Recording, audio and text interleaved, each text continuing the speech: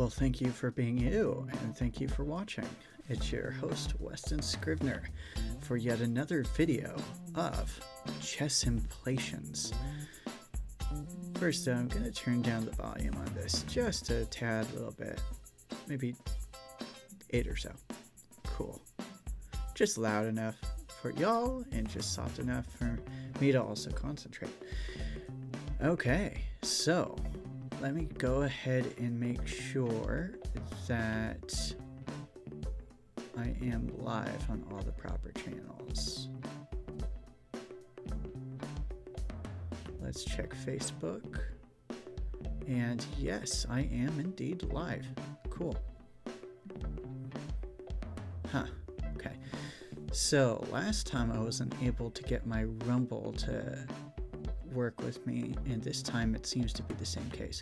But oh well, regardless.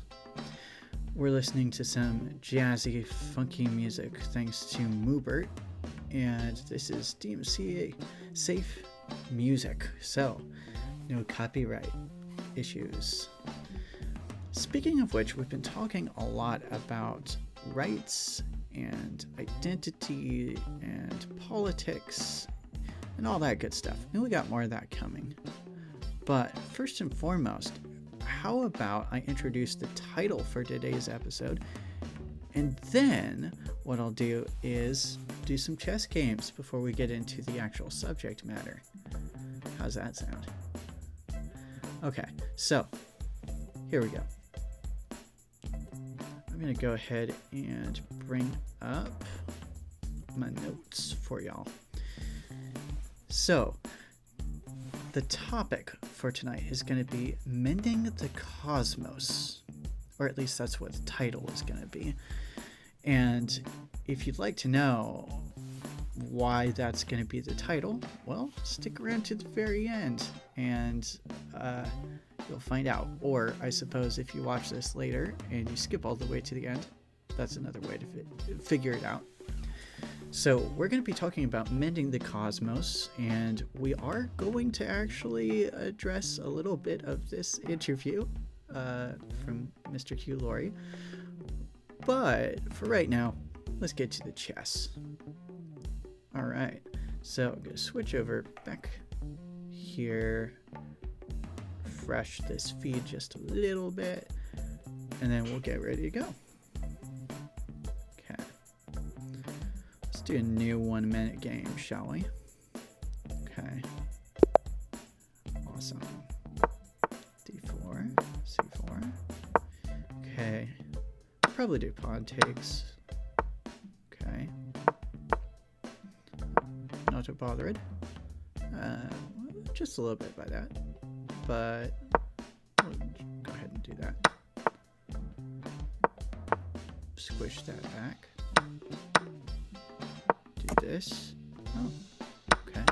Get to take that. And then let's maybe do this. And this. Okay. I'll make that trade. Go over here. Okay. Go here. Alright. Do this. Okay.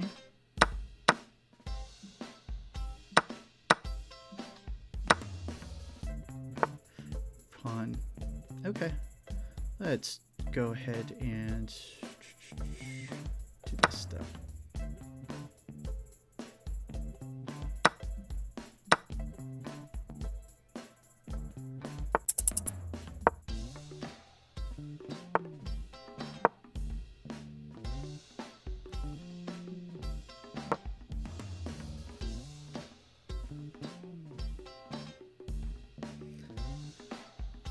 I do need to speed up all of that. Probably gonna lose this one, but yeah, that was okay. We'll just move this, and I'm definitely gonna lose. Okay, all right, do that, and I'm out of time. All right, so cool. Let's do another one. Okay. Just gonna do more pre-moves this time. I have a love-hate relationship with pre-moves, if you can't tell already. No, I don't need to do that. I can just do this. Okay. I'll do this. Okay. Just take that. Do that. Okay. Okay. Alright. No. I'll do this. That way it keeps things over here okay, and it's all chill. It's all good. Go ahead and do this. I know. Okay, so you didn't want to do the check. Perfect. Alright. Do that. Okay. Alright. Yeah, that's bad. Okay. Boy.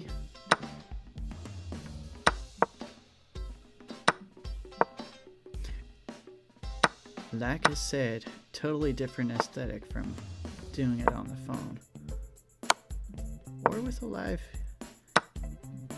chess set.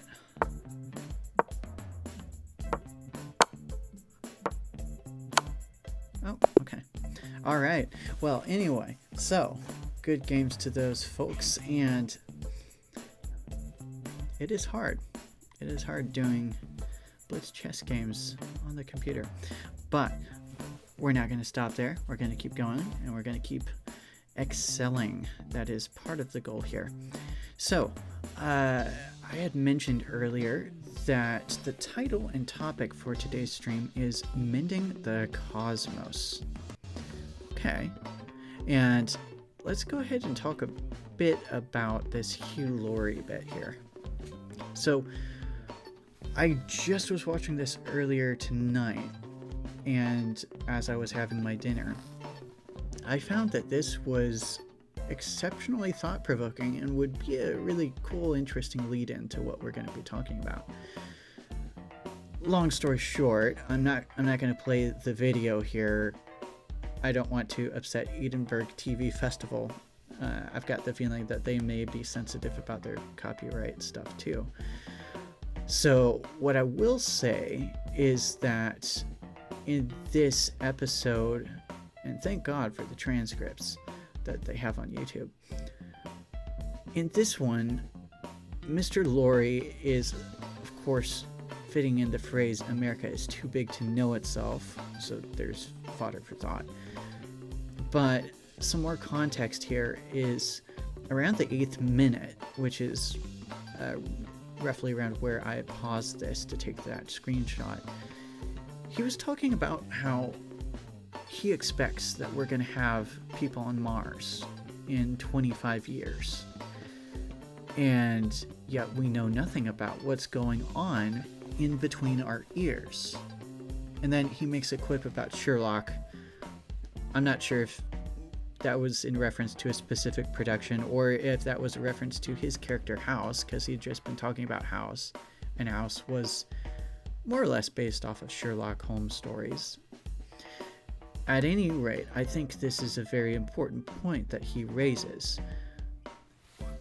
We can explore all this out here, which is fantastic, and we should totally keep doing that. But at the same time, we need to learn how to keep the exploration internally as well, psychologically, spiritually. Also, within the same interview, he talks about, and this is where we get the title of this episode, around the 2nd minute, he's saying it's such a big country, the US is, that nobody really, it doesn't bother people so much from where you're from or why you sound the way that you sound. And he's talking about accents and how, as a British person, this is some cultural difference he's tended to pick up. He thinks that we're such a big country to know ourselves. Now, I think this is also a very important point to think about.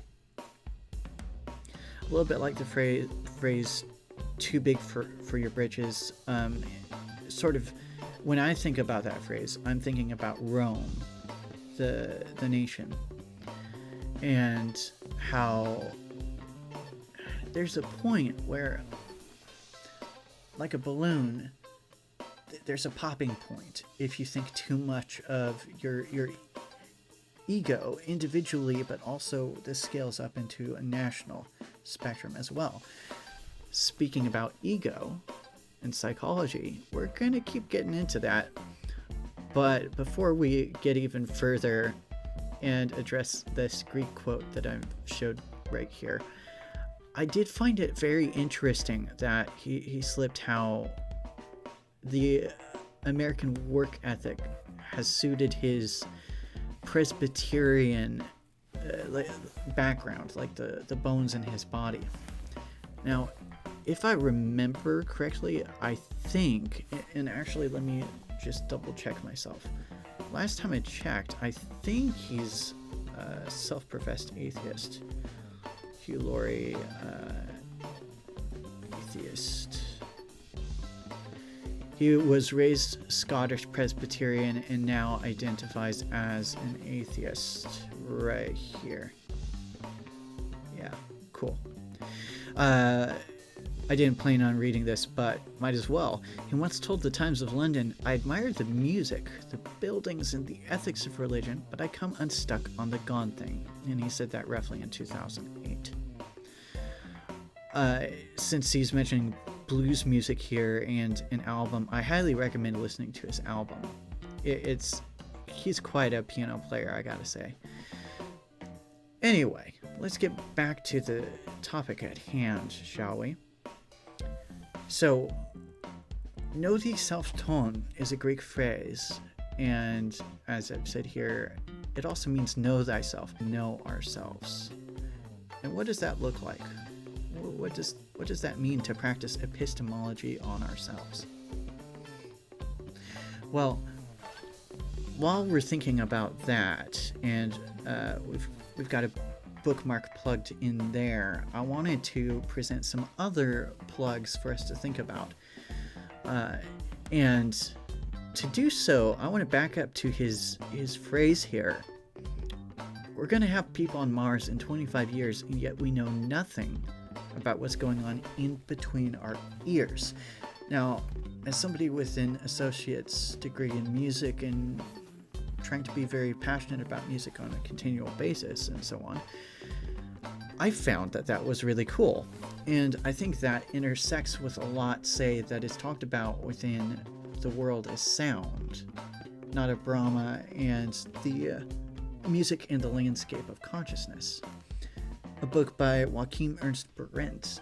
I haven't finished the whole thing, but I highly recommend it.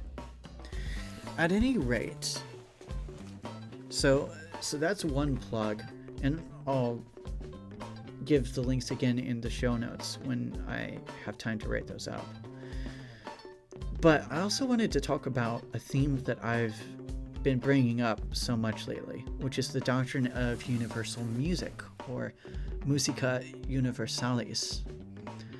And just so you know, I do have a topic that I've been putting together, and you can find that on my YouTube page, or you can find that probably by just Googling the Musica Universalis information. So, just so you know, that's out there. And I include some videos on cymatics to begin with, which is a very interesting phenomenon. You're just going to have to watch these, especially if you don't have time for any of the others. At least watch the very first one, the 16-second one. It's legit cool. So let's go ahead and mention the last plug that I wanted to bring up here, which is for a Twitter thread starting off by mentioning Future Symphonies, the metaphysics of music. So I'll present a link later, but you can find this via my account, and I highly recommend reading this futuresymphony.org article. It's brilliant. Below, you'll notice that I include some things from Mr. Boethius, who I've been talking about a lot lately on YouTube and in person. Last but not least, I make sure to squeeze in a few other things that have come to me at least as late as October. I probably need to add more to the thread, but I even concluded with an Aeon article on the medieval senses were transmitters as much as receivers. And I think that's a idea that's probably gaining a lot more traction these days, especially if we look toward sort of Dr. Don Hoffman's area of expertise. Mr. Paul Vanderklay has talked about Mr. Don Hoffman in videos surrounding Dr. Jordan Peterson and his interactions with Mr. Matt Dillahunty of the Atheist Experience. And I first heard this episode long before I even knew about Mr. Paul Vanderklay or Mr. Matt Dillahunty, or really before Dr. Peterson started coming on my radar. So I highly recommend listening to this. It's a very fascinating episode. Anyway, let's get back to some things here. So I just presented some plugs for a book. I presented some plugs for a playlist that I've recommended, and I presented you a plug for this Twitter thread with some things that I find really interesting. So I hope that you'll enjoy those if you check those out.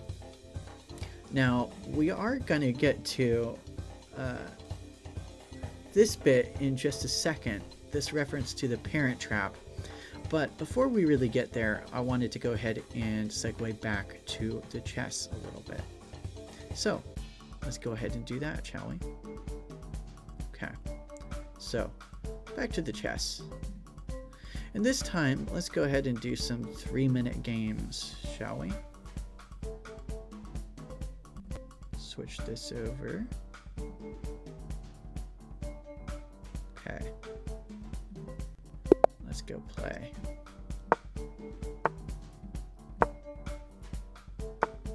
Okay. Do that.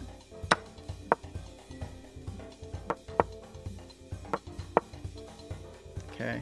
Probably want to take... Okay.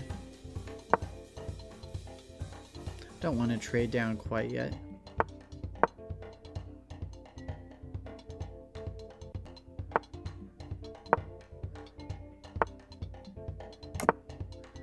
Probably thought I was going to castle the other way. Nope. Okay. So let me go ahead and do this. Probably knight here. Knight takes there. King moves here.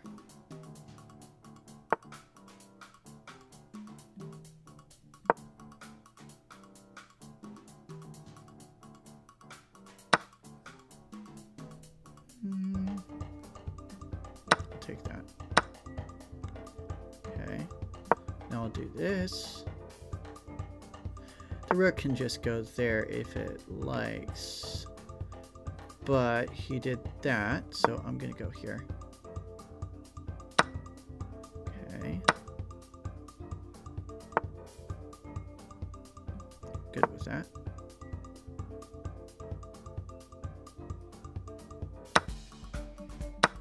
Okay. The pawn move.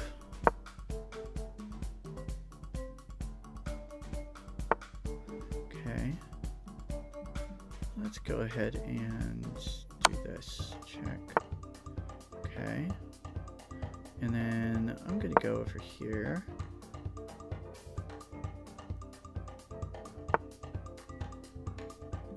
And then there.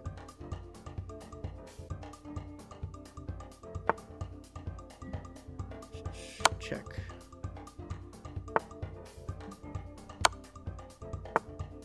Okay. let's go ahead and just go here again. And then this way, I'll go here. Oh, he could do that. I should have thought about that. Wait. I don't know the official numbers, but I bet 90% of chess players lose 90% of the time. And I'm in that 90%. Okay. Haha. This is bad. Okay.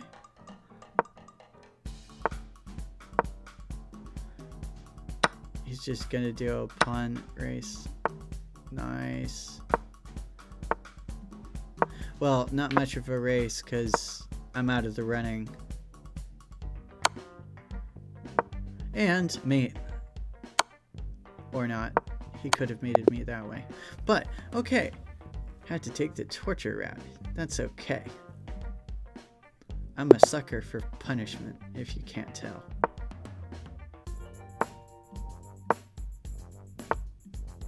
Okay.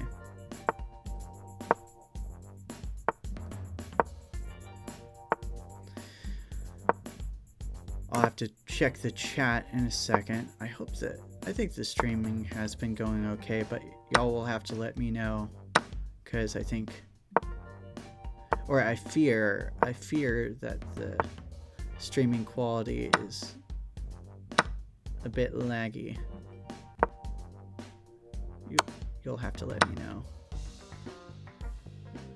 Now the bishop can take here. Question is, will the bishop take there, or will there be another move made? Question answered. Okay, so okay, just go over here. I was gonna think about doing that, but he's already advanced his pawn so much. Probably wouldn't be wise to expend the effort to do a attack over there. So let me go ahead now and block this from happening, even though it comes at the expense of the rook.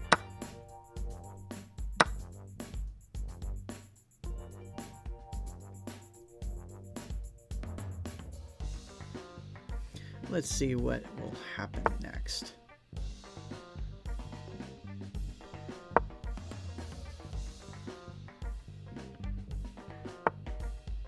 Okay.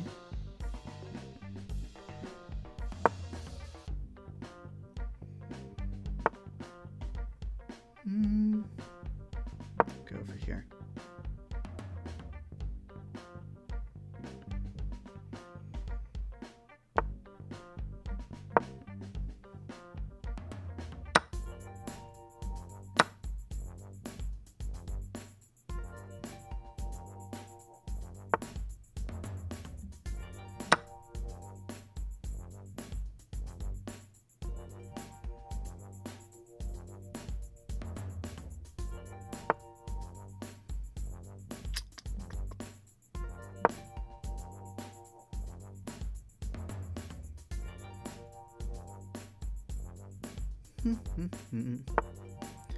Okay, so I'm gonna go ahead and do this now.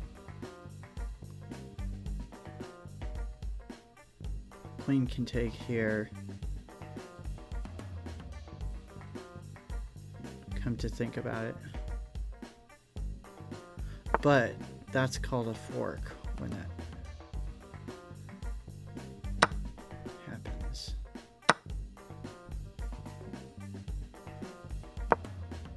Or something like that.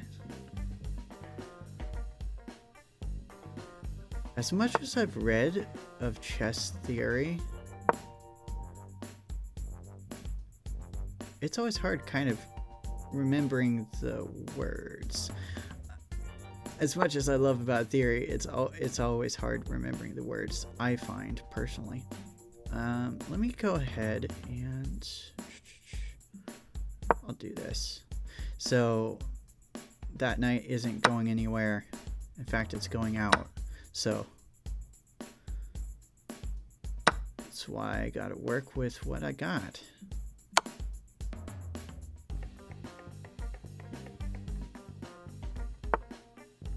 Okay. Check.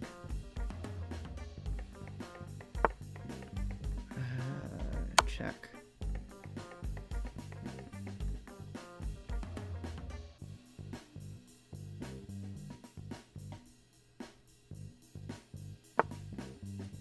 Okay. Check. Okay. Well, okay.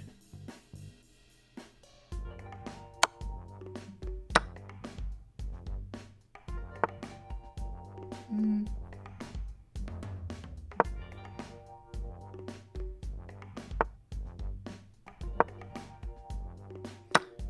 do that. I can go here.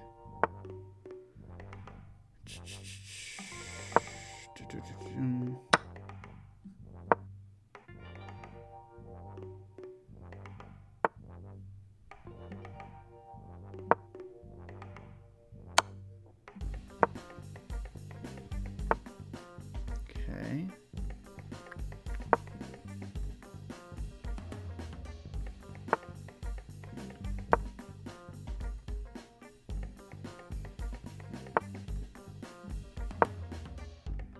I'll just keep going like this.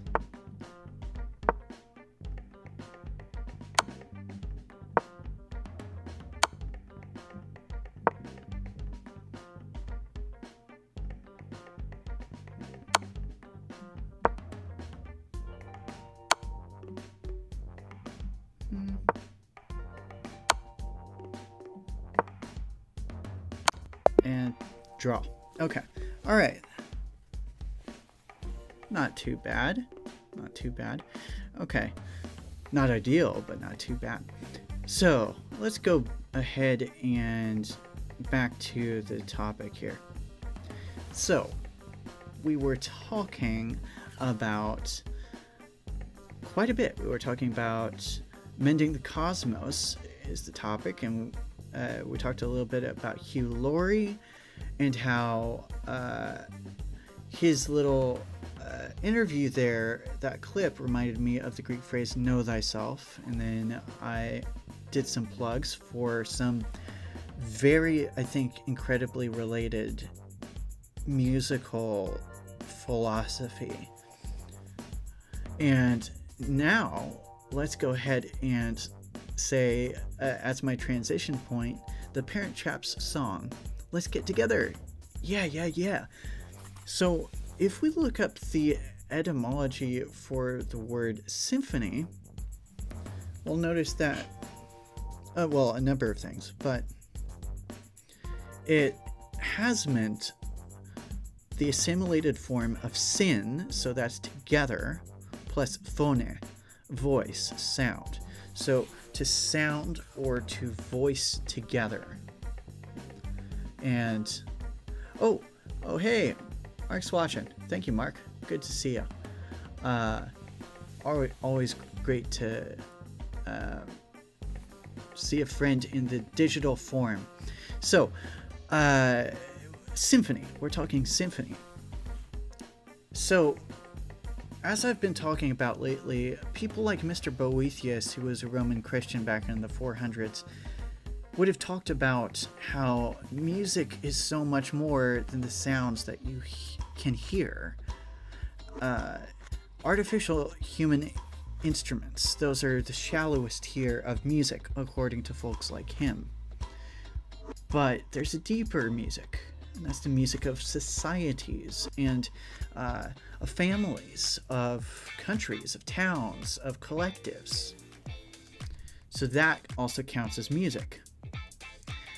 And then, if you think about it, there's an even deeper tier of music, which is the music of the spheres. Like in the hymn, this is my Father's world, and to my listening ears all nature sings, and round me rings the music of the spheres, the dancing of the stars, and of all the motions of everything around us, whether or not we can see them. Quasars, quarks, atoms, subatomic particles. all of this counts as music. And I don't hear too many music theorists talking about Boethius these days, but a lot of music theorists and composers do come to places very close to this. So that is the segue for the next little bit.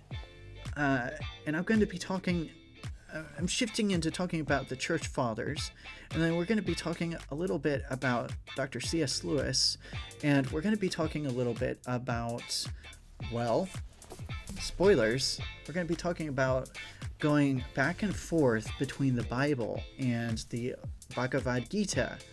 But hold up there. Before we get to the A Christian Reads Hindu Literature part of this stream, let's set the stage a little bit more. So, before the pandemic, when I used to go to malls more often with friends, we used to go to the Apple Store, and that was one of the places we just automatically flocked to. Wherever the Apple Store was, we went.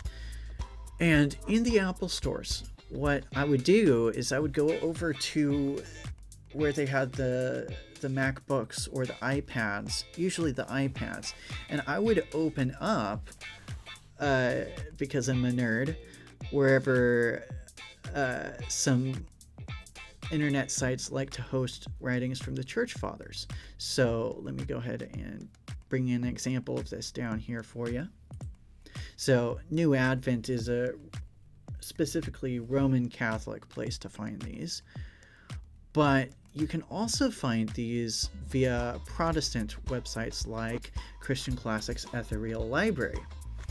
And they've got tons of volumes, all fascinating stuff, all things that I've been meaning to dive deeper into in a public format. But, you know, baby steps. So, Church Fathers, okay? We really don't talk about them much in my little corner of Christianity, which I've been talking about a lot more lately. Think Stone Campbell Restoration Movement, affiliated Churches of Christ. And that's a mouthful, but it's always a mouthful trying to explain this background because most folks that I've met probably haven't heard about it. Maybe for some pop cultural markers, think about like Duck Dynasty, except they use instrumental music and I'm not used to that personally. Or think Max Lucado. He came from this sub-tradition, but nowadays by most in this sub-tradition he's viewed as very liberal. And any liberals who might be listening to my stream, whether you're liberal politically or religiously, are probably like, yeah, he's pretty conservative. You could get a lot more liberal. So anyway, those are a couple markers. You might also think about President James Garfield. I think he was the 20th president. And if you look earlier into American history, there's a little bit more Churches of Christ mentions popping up in pop culture. At any rate, here we go. I wanted to read this little bit from the Restoration Quarterly, volume 45, and I love this article from Dr. Childers. He worked at Abilene Christian University for a number of years. He was he is, I think, a professor of theology or something like that. Also, just so you know, in my experience, not many people from Churches of Christ use the word theology. So this sort of article that he wrote up, which is within this larger volume, which I only discovered recently. No, I haven't read every single volume of Restoration Quarterly. I wish I was that nerdy, but I haven't had that sort of time on my hands.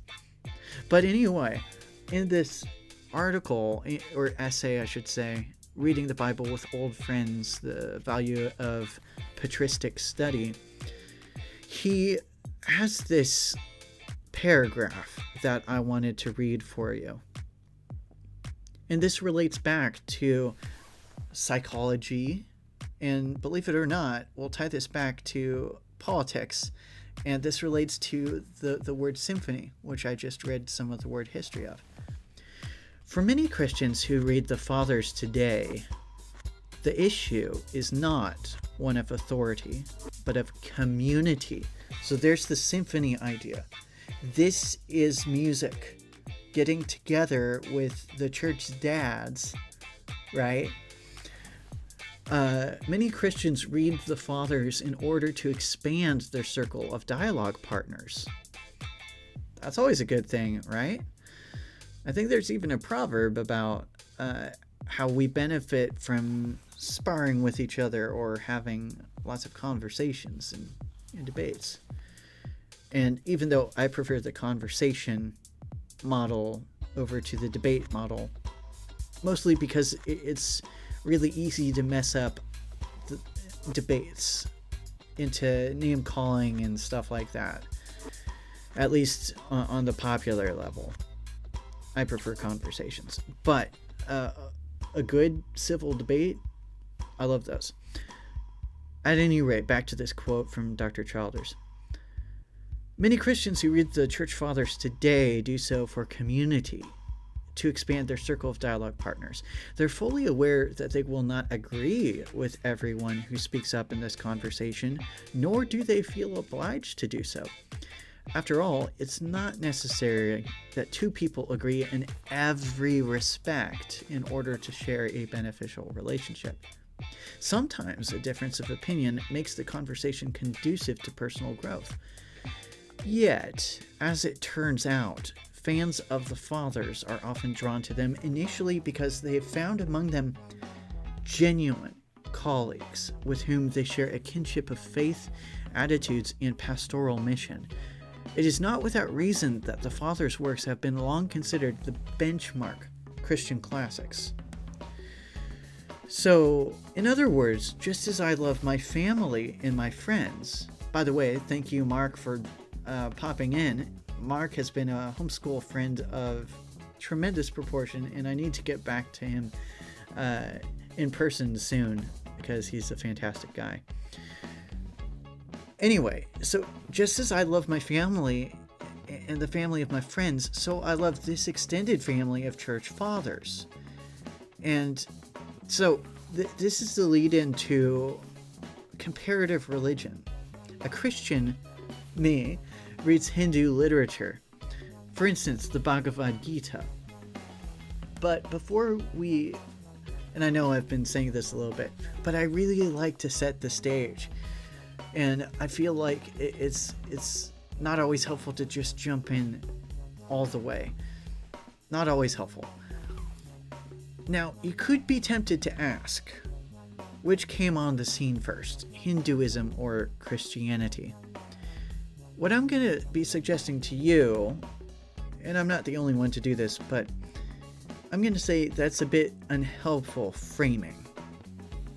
So, at least logically speaking, if Hinduism and Christianity were even on equal terms in the first place, well, something old isn't necessarily true, right?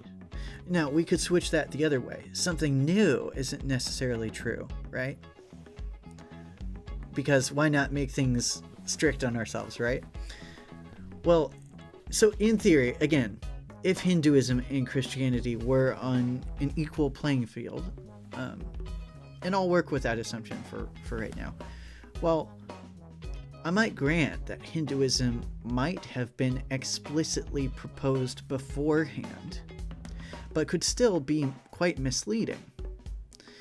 Whereas Christianity might have been explicitly proposed afterward, but it could have been true the whole time, and thus still be leading the charge of truth and of epistemology. I'm reminded of the proverb that goes, somebody sounds right until somebody else starts talking. So in this analogy, perhaps Hinduism might be like that first person that starts talking, but then the second person is like, is that really the case? So even if we're just working from that standpoint, I think we need to be careful, logically speaking. Now, of course, you could switch it the other way around if we're going to think about Hinduism and Christianity as equals. Now, I'm not necessarily going to make that case. I'm just saying, hypothetically, you could reverse this if it was the case that they were on equal epistemological grounds. Now, let's talk about Dr. C.S. Lewis a bit. Within God in the Dock, in his little essay on Christian apologetics, page 102 in my edition here, well, he's going to say some things that are interesting, but I want to be able to show you, so I'm going to go ahead and, go ahead and pull this up for you. I think, yeah, I already have up this version here. This is a PDF that you can find online, and this is the whole God in the Dock book. Highly recommend reading this. It's fantastic. And so I'm going to be reading from here eventually, and specifically this marked up version, because I like marking things up and color coding every now and then. But beforehand, let's go ahead and just get it out of the way. Let's talk about this Western Hindu article.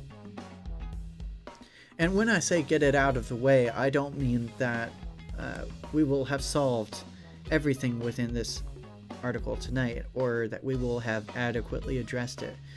This is more like a start, a conversational start. So I've known about this for a couple of years, and I think it's a well-written article, which makes me think a lot. And so in this, the author asks, was C.S. Lewis right about Hinduism? I'm not going to be reading the whole thing to you, but I'm going to isolate some claims that I think are pretty major. So this is actually a quote here. The author says, and I think this is the first major claim he makes, I think in dismissing all religions apart from Christianity and Hinduism, he, C.S. Lewis, does a disservice to many. I'm sure that Taoism, Judaism, Sikhism, and many more are practiced by both the highly sophisticated and the simple country village folk. So, in particular, I highlighted and bolded this word dismissing. So, I wouldn't say that Dr. Lewis dismissed all religions apart from Christianity and Hinduism. Rather, although I grant that on a surface reading, probably that would be a pretty reasonable takeaway, perhaps, like if you were skimming through. But I think if you take into context his life and just the entirety of this essay, I think that he recognized the sincerity of non-Christian folks. And we're going to get into that a little bit.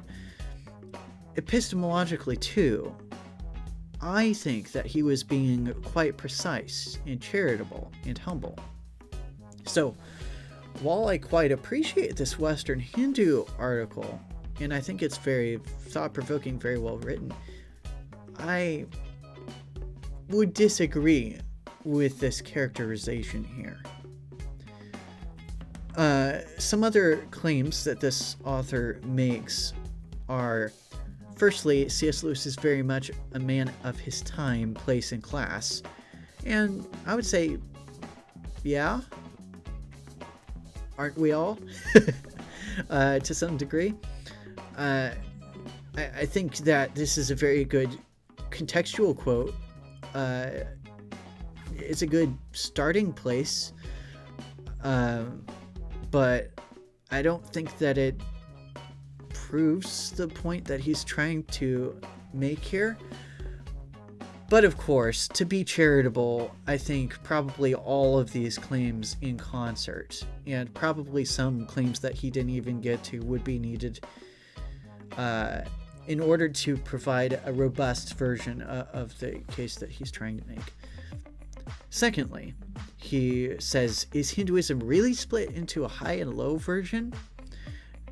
Now, even the author of this goes on to say, kind of, and I'll point that out to you right here.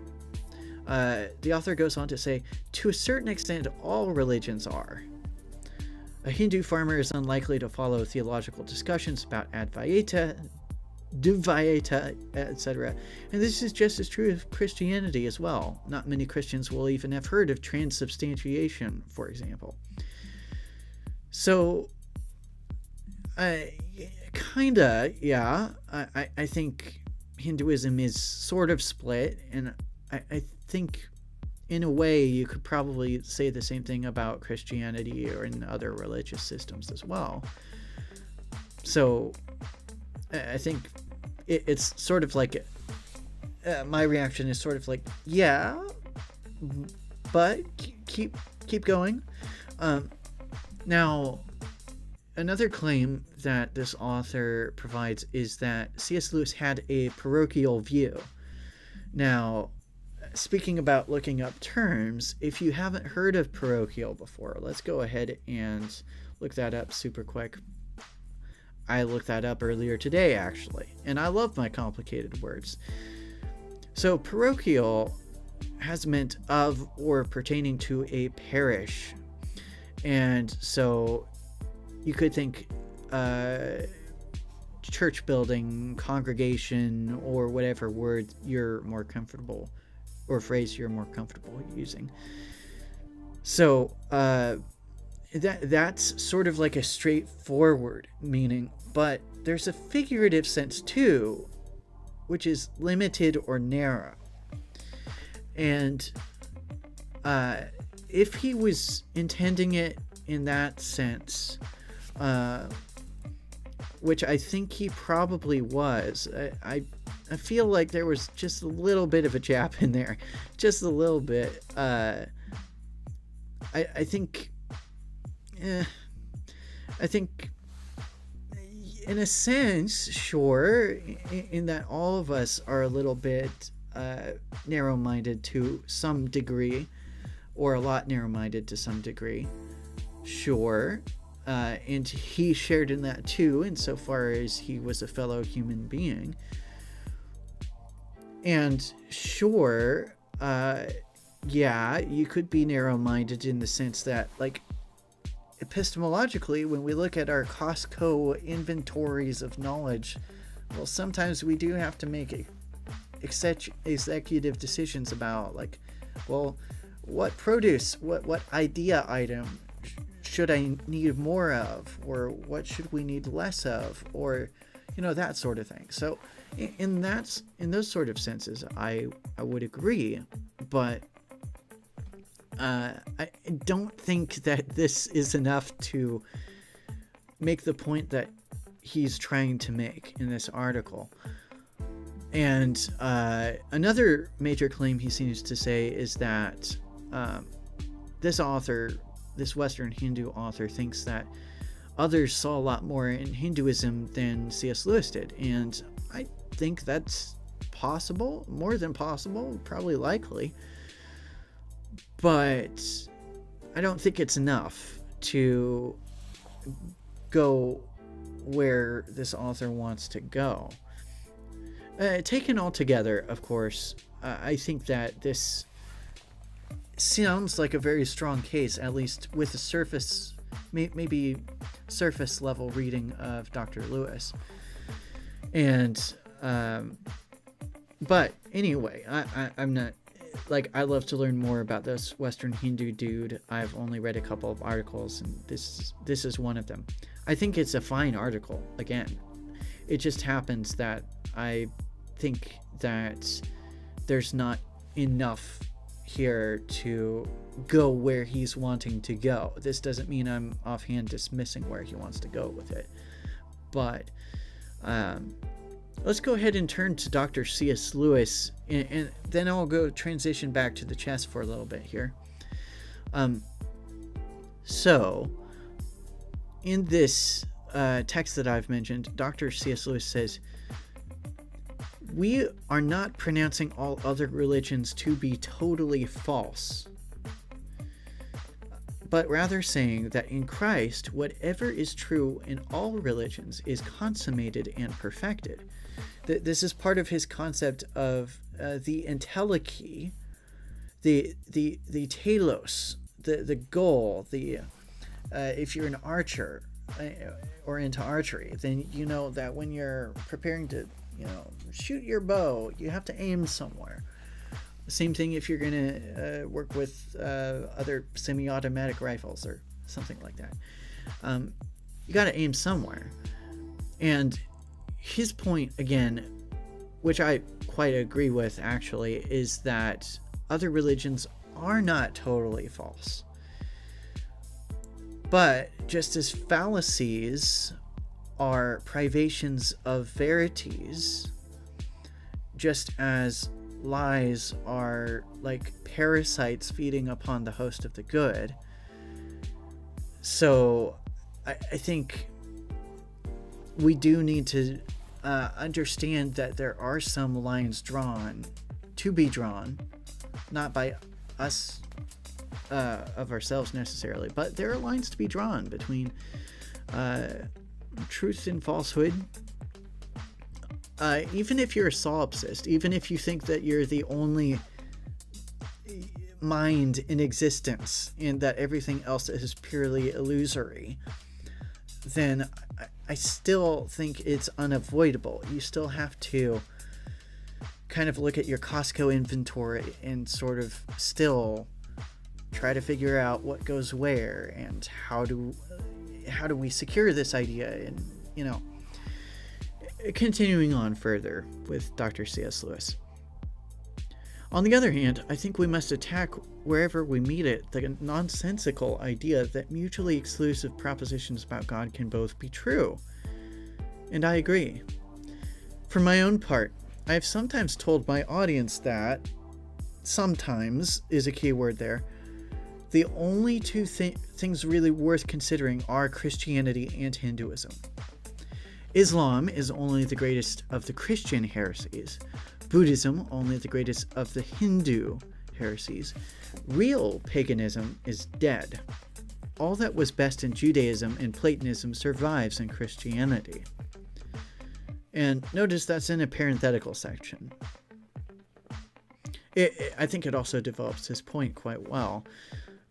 Although I think some people in today's corners, Eastern Orthodox folks like Jonathan Pageau and his brother Matthew Pageau, or I mentioned Mr. Paul Vanderklay, and even I myself might even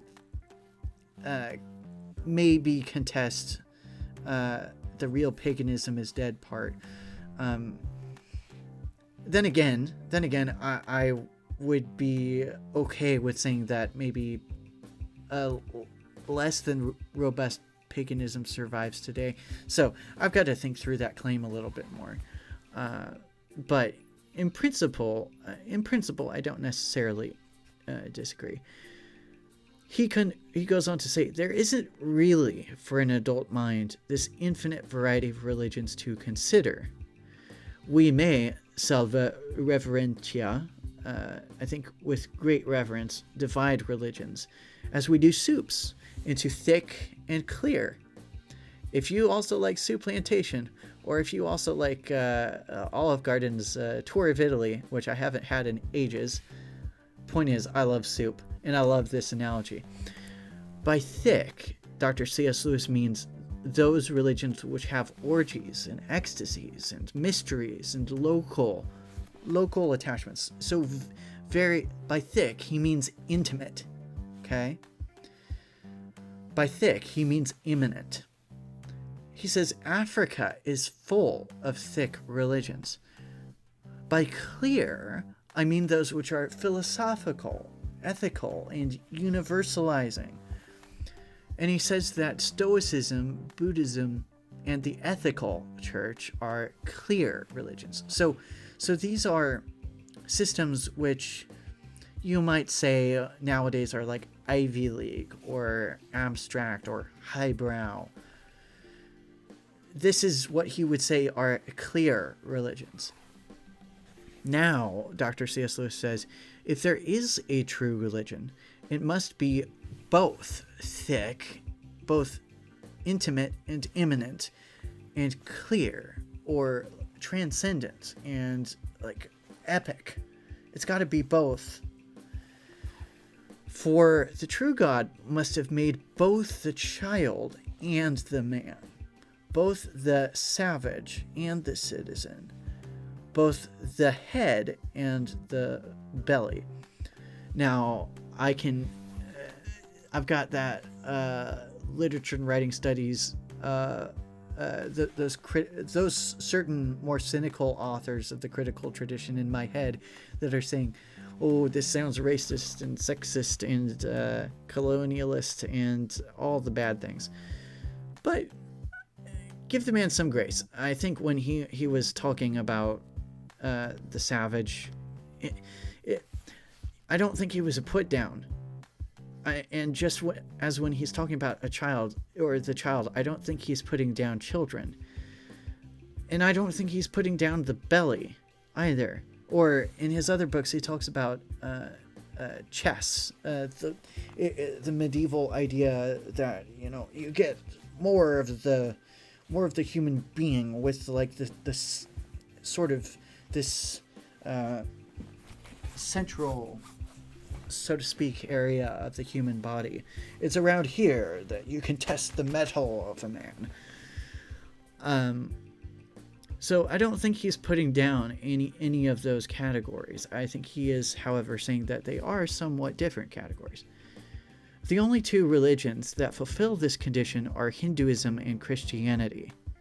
That is, contenders for a true religion, being thick and clear. But he says Hinduism fulfills it imperfectly. Why? Well, he says the clear and the philosophical, ethical, universalizing religion of the Brahmin hermit in the jungle, and the thick, the orgy, ecstasy, mystery, local attachment, religion of the neighboring temple go on side by side. So when he's talking about this, it's important to know that he's talking about them as like they're side by side, but they're not together. There's this gap between them, and he'll go on to talk about that. The Brahmin hermit doesn't bother about the temple prostitution, nor the worshiper in the temple about the hermit's metaphysics. But Christianity, he argues, at its core, really does epistemologically and practically break down the middle wall of the partition. And those of you who are familiar with the Bible might be thinking about the part right after Christ died, the temple wall, it parted in two.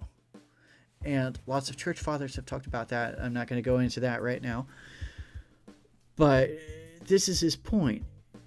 Christianity isn't just side by side in terms of thick and clear. He's saying that it's a lot more profound than that.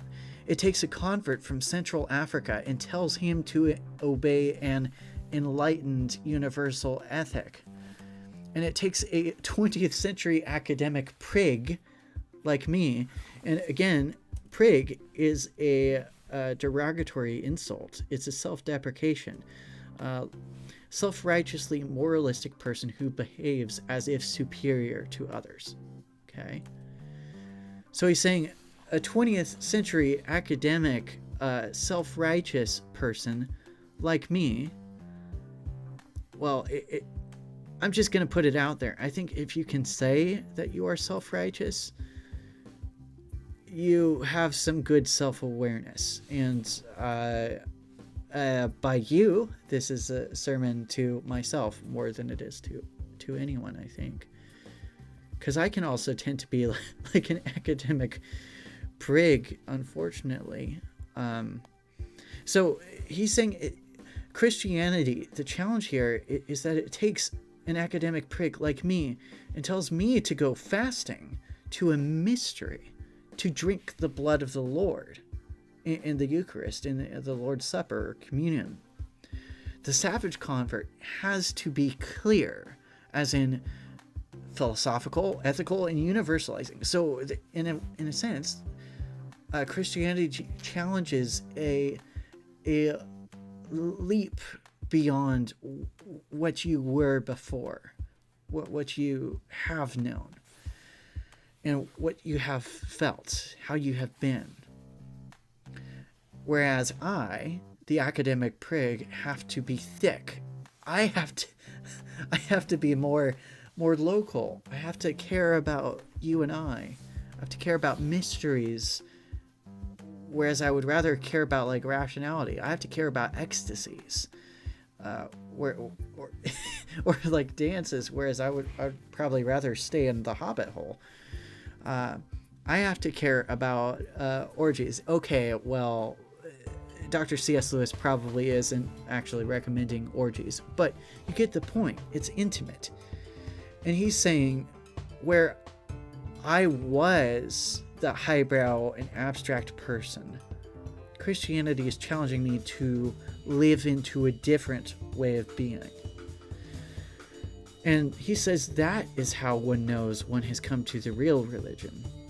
Now, that's a lot of unpacking and a lot of C.S. Lewis defending. I can't help myself. But in this stream, I'm also going to be defending comparative religion. Actually read your Hindu scriptures, even if you're not a Hindu. I highly recommend it. But first, let's go back to the chess, because it's time. It's time. And let me go ahead and just see if there's been any more words in the chat. Doesn't look like there have. And yeah, let's keep going. Okay. Bum, bum, bum, bum. Mm-hmm. Back to the chess. Yeah, that's not so cool. But if I go over here, then I don't have to worry about this thing as much. And tell you what, I'm actually gonna move this up here so I attack his knight. And if need be, if he had taken, then I could have moved my rook up there. Okay, so now, here's what I'm going to do. I'm going to double up here because I want to push this. I want to break things up just a little bit if I can. And I'm taking with this knight so that I can still have this space here protected. Now, probably wants to move the pawn and go for a queen pawn ending there, but I'll try to keep my queen on this diagonal, and I'll try to interrupt it by some other means too, like this. This is a good deflection, right? Okay. Okay, I'm gonna go right here. Now, could go check. Not necessarily, though. I'm gonna move over here. Just trying to do a little check action there.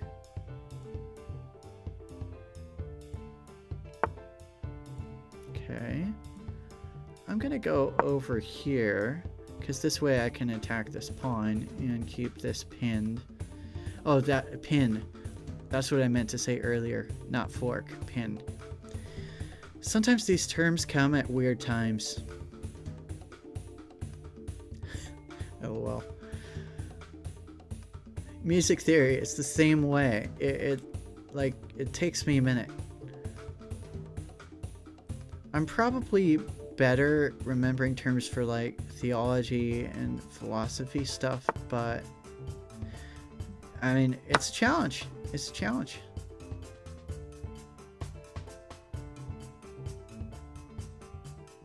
And it's still early days of streaming, so got to keep that in mind. Not raise the bar too high for moi. Okay. Okay, now I sacrificed this, not intentionally, but that happens.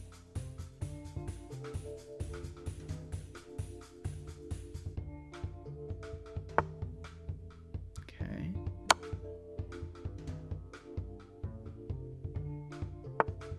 Okay. Well, let's go ahead and just take that.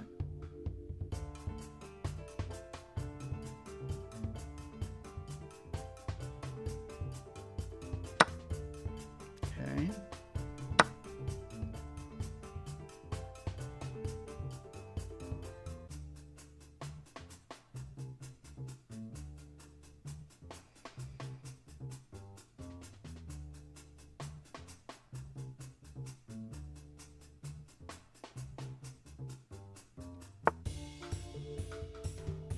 Okay. Go over here. Attack that knight.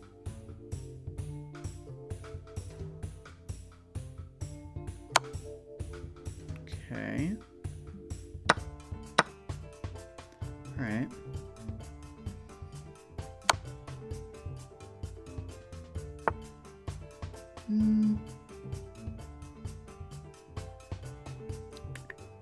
I go down here. And this is not good because he can just take that. But, you know, I'll live with it.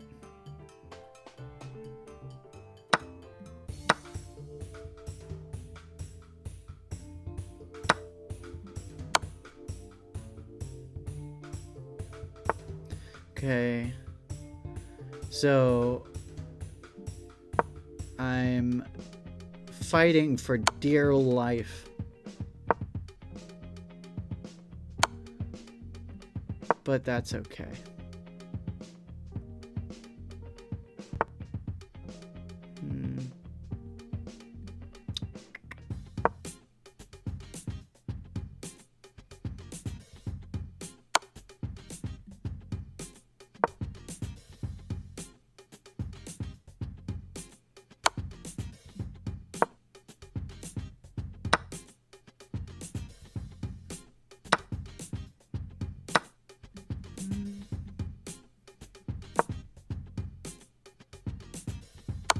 Good time to trade down. Okay, finally one on time. Okay, all right. I'll leave it there.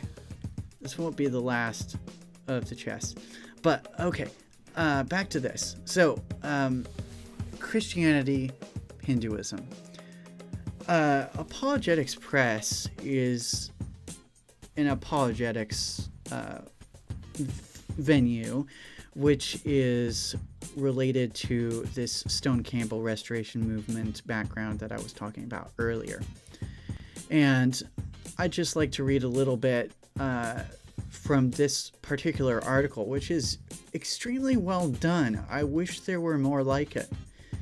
I don't often see Church of Christ people talking about other religions or even pop culture.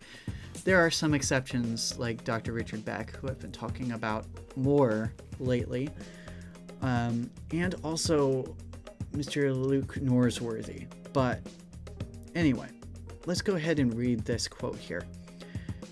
The Christian must ask how the Hindu religion fits into the biblical narrative.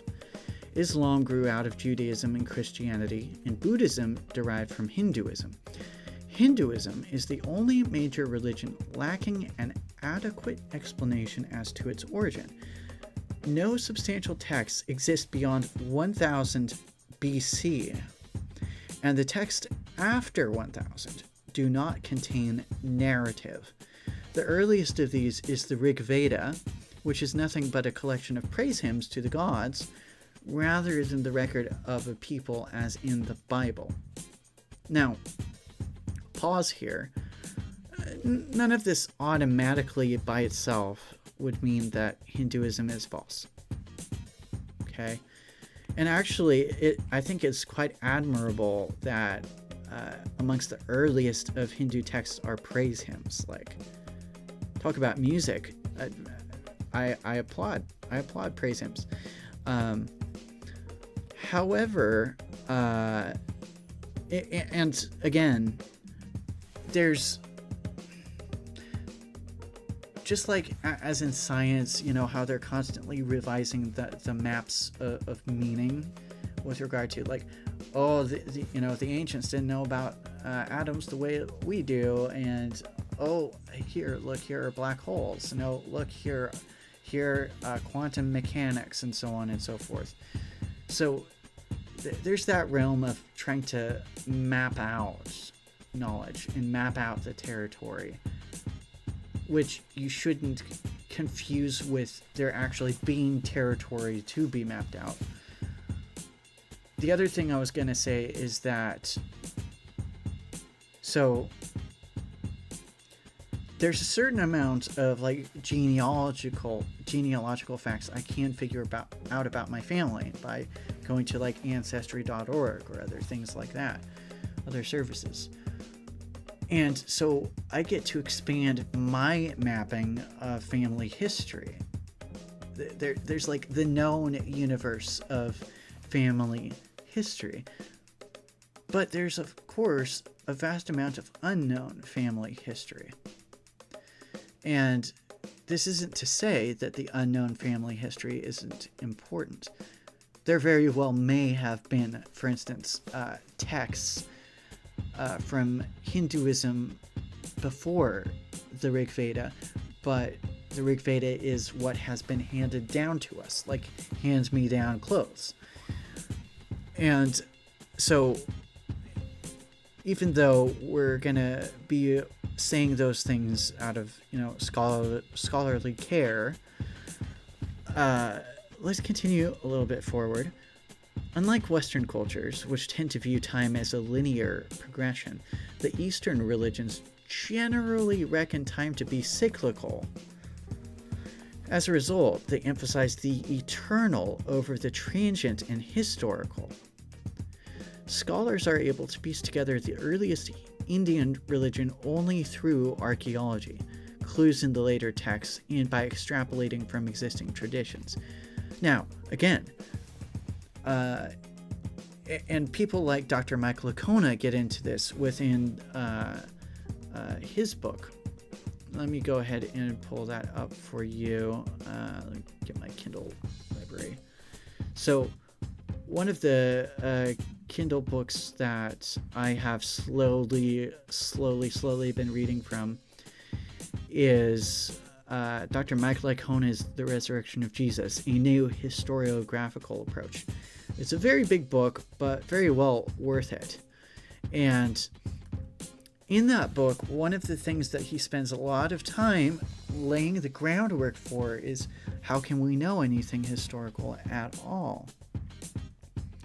Especially because movements like structuralism and post-structuralism, as well as modernism and postmodernism, have upset so much in academia and in pop culture. So I would agree. I would think that there is a lot that you can legit know through archaeology, and there is a lot you can actually extrapolate from clues in ye old texts, and so on and so forth. But in this case, I think this author is saying a worthwhile point. If you can find better interpretation for evidence, if you can find a better narrative or a better meta-narrative, then why not go for that? So, keeping all this in mind, let's finally transition over into some Hindu literature, okay? So, we're going to be reading a little bit, and I mean a little bit. I've selected just little portions go and read this stuff for yourself. It's really cool stuff. I've read this version translated by Eknath Iswaran some years ago, and I find that this is a very, very good edition. But so that y'all can see what I'm talking about too, I'm going to bring this stuff up on the screen. So yeah, let's go ahead and point us to where we're going to be going. Sacredtext.com is a really helpful resource as well. And you're going to notice there's a ton within Hindu literature. Let's just read a little bit about this. So the Vedas. There are 4 Vedas. You've got the Rig Veda, the Sama Veda, the Yajur Veda, and the Atharva Veda. These are the primary texts, not the only texts, but the primary texts of Hinduism. And they've influenced Buddhism, Jainism, and Sikhism. There's a lot more to read here, but the Vedas contain hymns, incantations, and rituals from ancient India. And again, there's a lot to read here, which is very important, especially if you're going to go into comparative linguistics. But we're going to be focusing in on a particular thing here, the Bhagavad Gita, which is, well, let's read more about the Bhagavad Gita. It's usually considered part of the 6th book of the Mahabharata. So I need you to realize, this is a pretty decently sized book. Okay. This decently sized book is part of the 6th book of the Mahabharata. And that is just like a 10th of Hindu literature. So I need you to understand the scope. Even just at the gist level, just understand the scope. There's a lot of Hindu literature. And this, which we're going to be honing in on, is a central text of Hinduism. It's a really interesting philosophical dialogue between the god Krishna and the warrior Arjuna. Spoilers. This dialogue is like a time-freeze situation. Arjuna is in the middle of a war, in the middle of a battlefield, and this happens in the middle of a battlefield. Like, it's like time stops for this thing to happen. This is one of the most popular and accessible of all the Hindu scriptures, required reading for anyone interested in Hinduism. The Gita discusses selflessness, duty, devotion, and meditation, integrating many different threads of Hindu philosophy. And I've selected some little bits. I'm going to be focusing in on this one translation here. And we're going to get into that more. But hold on, because we need to do a little bit more chess. So let's go and do some chess. And this time, I'm going to go back to the 1 minutes. Yeah, play online. Well, let's go 1 minute. Oh boy. Man, on the phone, I've gotten this up to like 1500, but as you can see, my rating has been steadily dropping. But that's fine. That's fine. I've had mine go up and down a lot. My peak, by the way, see, 2012, see, Junior National Championship, Scrivener. My brother and I participated in a chess championship. Let's see here. Well, I've been able to find it before. Weston Joshua Scribner. Oh yeah, here we go. So yeah, you can find us 55 and 57 right here. This is my brother Josh. At the time, he was 1664, USCF, United States Chess Federation. And at the time, I was 1635. And this is the 2-hour per side version. So I've got a lot more catching up to do with my blitz. So yeah, that was back in 2012. Really fun. But back to the chess. 1 minute. Let's do it.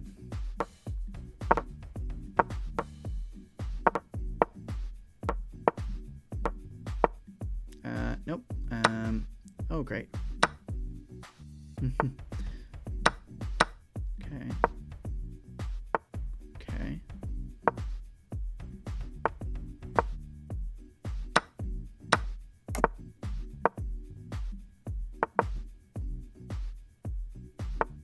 Okay.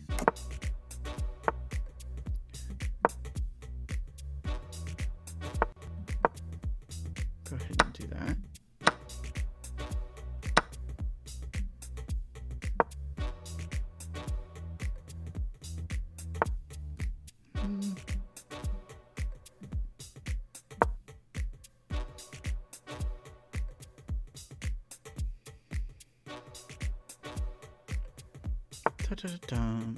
Okay. Well, I'll just go ahead and do that. He may want to do a check. I'll go here.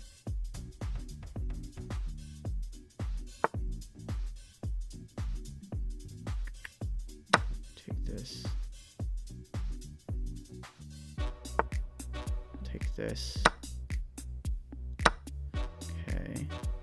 And now we'll go up here. Okay.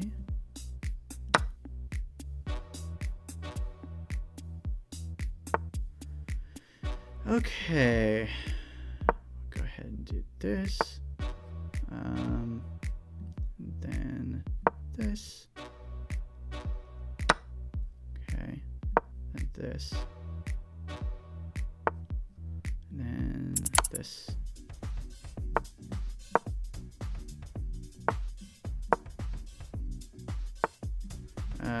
Okay. I'll do this. This.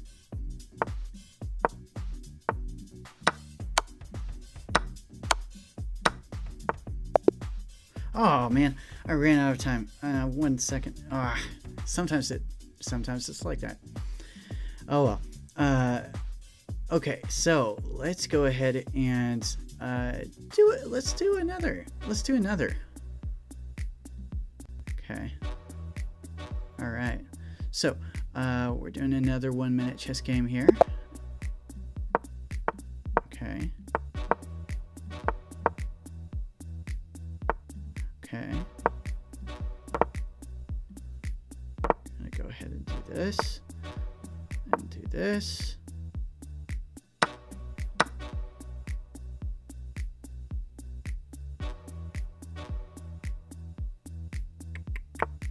Okay, I'm going to do this. All right. I think I've supported that spot well enough. I'm just going to keep pushing forward. Okay. And then let me go ahead and do this. Yeah.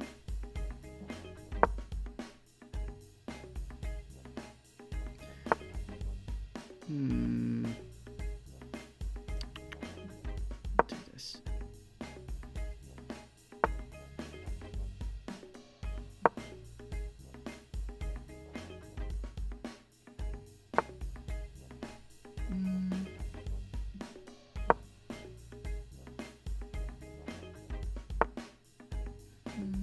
Okay, he really wants to do this, doesn't he? Okay. Okay.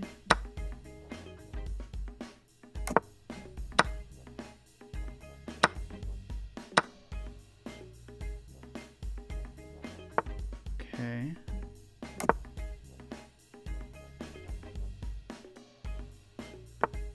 Yeah.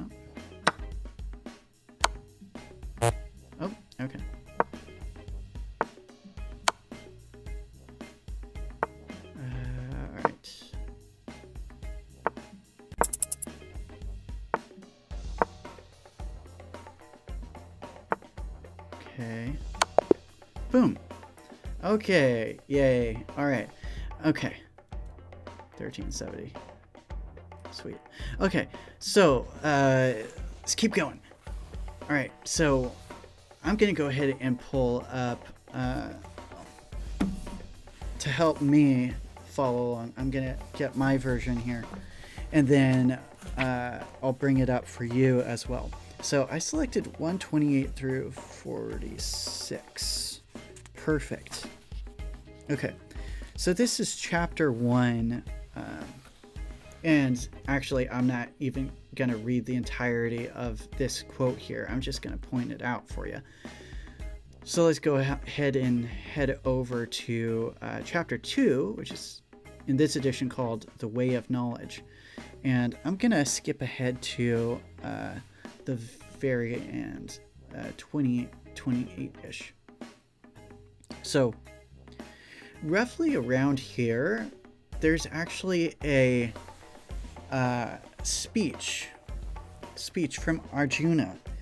And it's sort of like a prayer. Arjuna is the guy who's in the battlefield. And long story short, his basic deal is he's very conflicted and he doesn't want to fight.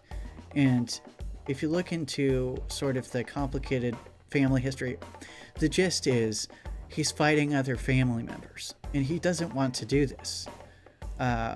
Would you? I certainly wouldn't.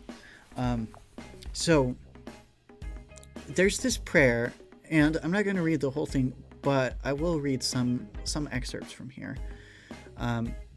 In my edition, one line goes, "I do not see that any good can come from killing our relations in battle."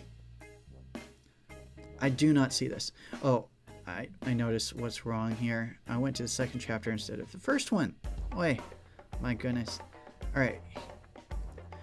Okay, so this is roughly where I wanted to read. "Neither, O Krishna, do I see any good in killing these my own people in battle. I desire neither victory nor empire, nor yet pleasure. Of what avail is dominion to us? Of what avail are pleasures and even life, if these, O Govinda, for whose sake it is, desired that empire, enjoyment, and pleasure should be ours, themselves stand here in battle, having renounced life and wealth, teachers and uncles and sons and grandfathers, maternal uncles and fathers-in-law and grandsons and brothers-in-law, besides other kinsmen. Even though these were to kill me, O slayer of Madhu, I could not wish to kill them, not even for the sake of dominion over the three worlds, how much less for the sake of the earth." So this is part of a prayer, and it's a pretty good-sized, lengthy prayer. But what I wanted to do is compare this to Psalm 137. Over in Psalm 137, what we're going to do is just read a little portion from there. Psalm 137, Bible Gateway. Let's go ahead and do that.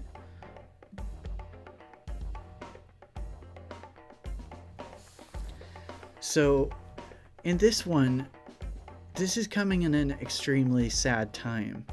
It even begins, "By the rivers of Babylon." This is a song, by the way. It's like the blues. "By the rivers of Babylon, we sat and wept when we remembered Zion. There in the poplars we hung our harps. For there our captors asked for songs, and our tormentors demanded songs of joy. They said, 'Sing us one of the songs of Zion.' But how can we sing the songs of the Lord while in a foreign land?" This is sort of like what Arjuna is going through. He's like, well, how can I rejoice in this thing? How can I rejoice in this situation? This is terrible. And if you think about it, even just from like an evolutionary standpoint, but also biblically, like we're all related. So in a sense, we are all family.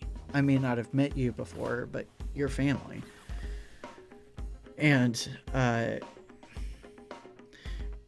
both of these books actually do deal, or both the psalm and this prayer concern violence. And there's some other themes that are related. This one, though, is one of those that has gone down as contested in throughout church history. Some interpret this more metaphorically, some interpret this more straightforwardly. We're not going to settle that issue tonight. All I wanted to say is that this passage, in this opening part of the Bhagavad Gita, this opening prayer, more or less, is quite similar. How can you find satisfaction in killing? In this strange situation. Later on in that prayer, Arjuna says, though they are overpowered by greed, so his family members, and see no evil in destroying families or injuring friends, we see these evils. Why shouldn't we turn away from this sin? When a family declines, ancient traditions are destroyed. With them are lost the spiritual foundations for life, and the family loses its sense of unity. And so on and so forth. The prayer is really fascinating. But, yeah, point is, this is a very dire situation. Would you really want to rejoice in this? Really? And even in that psalm that I just mentioned, it does say, happy is the one who seizes your infants and dashes them across the rocks. But if you read this in context,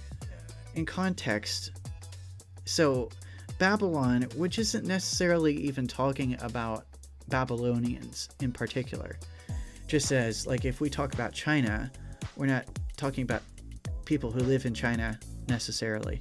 Or if you're talking about America, you're not necessarily talking about Americans. The idea here is that there's this national entity that is doomed to destruction. And with this trope, with this entity, and here I am saying that tropes are entities. I am actually going there. Happy is the one who repays this very corrupt trope entity on a national scale. Happy is the one who repays you according to what you've done to us. So keep in mind, this is coming from folks who have been wronged. Okay? So you got to read bits like this in context. Never shirk away from reading bits like this, and never shirk away from the context. So, and we just only begun delving there. I understand, but anyway, so I've went ahead and tied that prayer from Arjuna to this psalmic prayer. And there's more. There's more. So, we're going to look next. Actually, we're actually going to settle on book 2 for a bit, finally. Sorry for that mess up. Anyway, we're finally going to book 2. And so I'm going to read you bits 1 through 8, and we'll get back to some chess games in just a sec. Okay. So in this version, it reads a little bit differently than what I have, but we'll make the best of it. So Sanjaya says, these are the words that Sri Krishna, the Jesus-y character, spoke to the despairing Arjuna, whose eyes were burning with tears of pity and confusion. Sri Krishna, the Jesus-y character, or the Blessed Lord, says, this despair and weakness in a time of crisis are mean and unworthy of you, Arjuna. How have you fallen into a state so far from the path to liberation? It doesn't become you to yield to this weakness. Arise with a brave heart and destroy the enemy. Now, that fallen into a state so far from the path reminded me, when I first read it, of, let's go ahead and pull it up, Isaiah 14:12. How far have you fallen from heaven, morning star, son of the dawn? You've been cast down to the earth, you who once laid low the nations. In other words, this is sort of, at least in some traditions, the how have you fallen, Lucifer, the devil? So I find both of these bits are really, really similar. And with the Arise with a Brave Heart bit, I was reminded a lot of Deuteronomy 31:6 or Joshua 1:9. In both of those, the theme is bravery. So let's go ahead and just pull this up quickly for you. Deuteronomy 31:6 and Joshua 1:9. Yeah, there we go. Okay, so haha. Sometimes the numbering is different with some versions. Deuteronomy 31:6. Be strong and courageous. Don't be afraid or terrified. And so on. And then Joshua 1:9. Be strong and courageous. Don't be afraid. Don't be discouraged. For the Lord your God will be with you wherever you go. So, common theme, eh? Let's go ahead and take a look at some more parts here. So, I'm reading 1 through 8, but I'm going to focus in a little bit more on just a little bit now from here. With my nature overpowered by weak commiseration, with a mind in confusion about duty, I supplicate thee. Say decidedly what is good for me. I'm your disciple. Instruct me who have taken refuge in thee. I don't see anything to remove the sorrow which blasts my senses, even were I to obtain unrivaled and flourishing dominion over the earth and mastery over the gods. This version reads a little bit differently, but point is, this reminds me a lot of Proverbs 8:34. So let's go ahead and jump over there. Proverbs 8:34.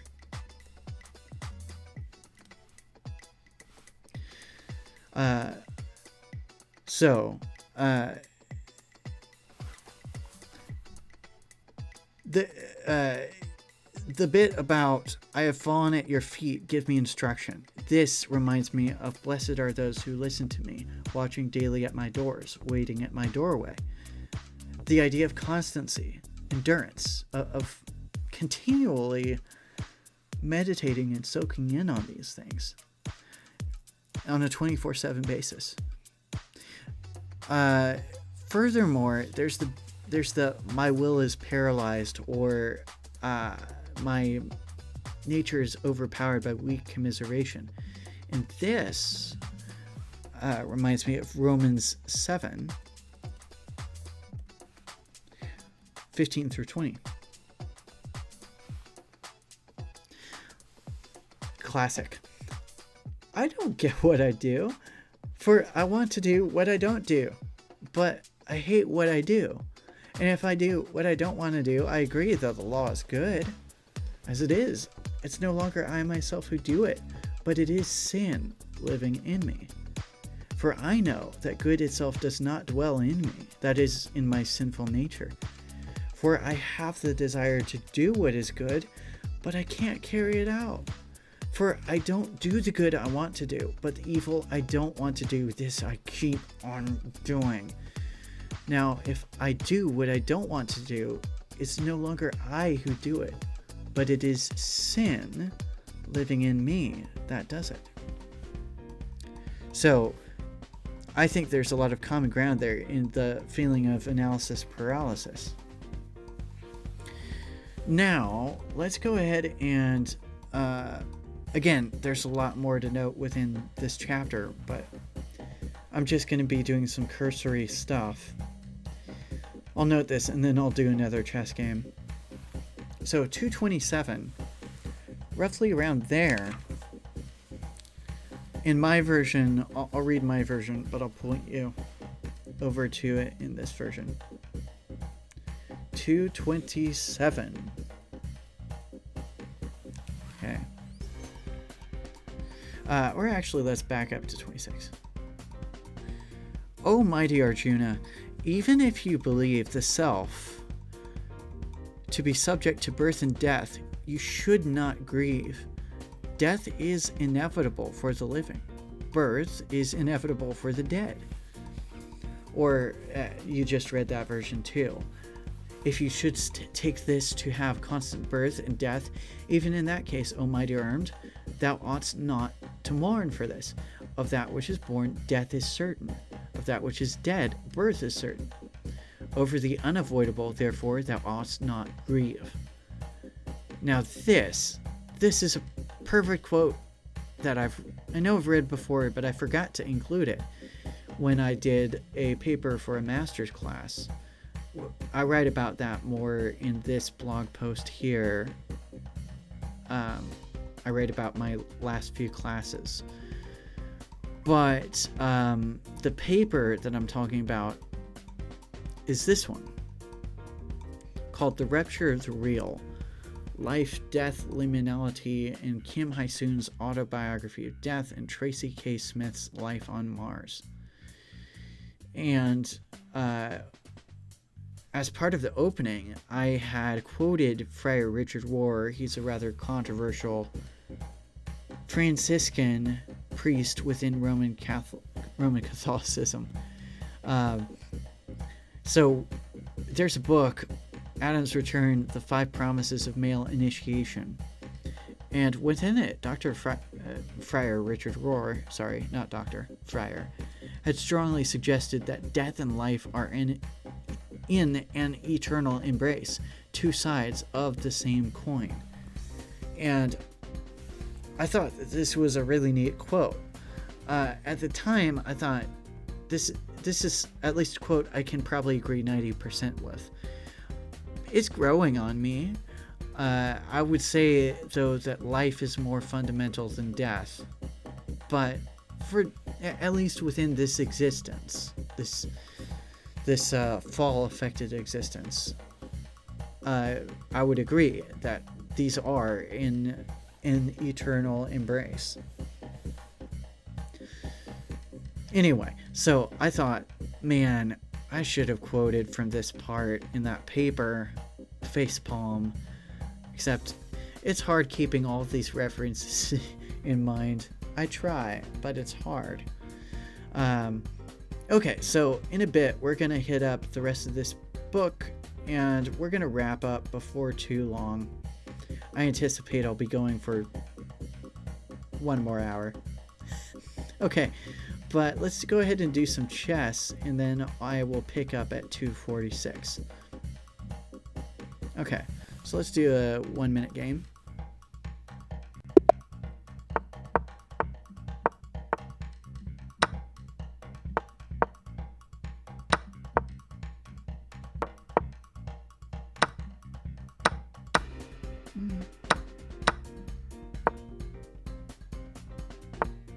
Okay.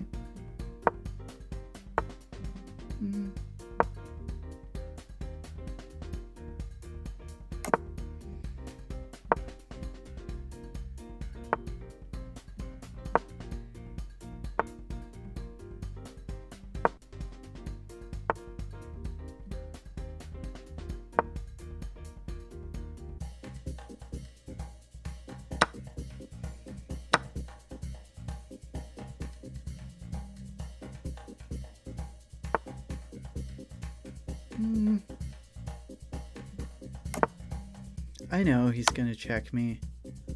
I know, but I can do this.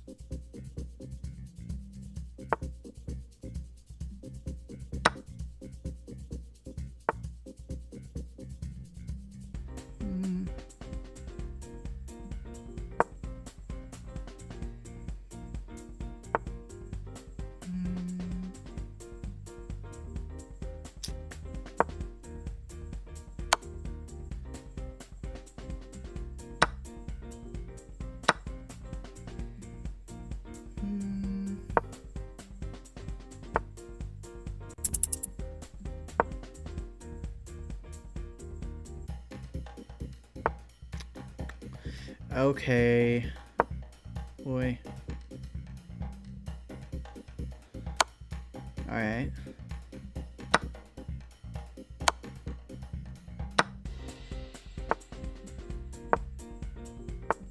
And that's it. Okay, come on. Let's do another.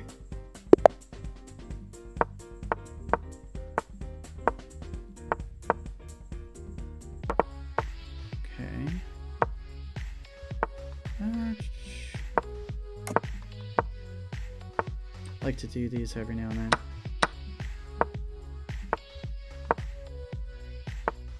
Okay. All right.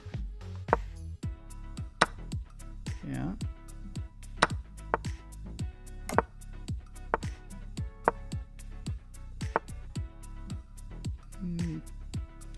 Oh, okay. All right. Well, let's go over here.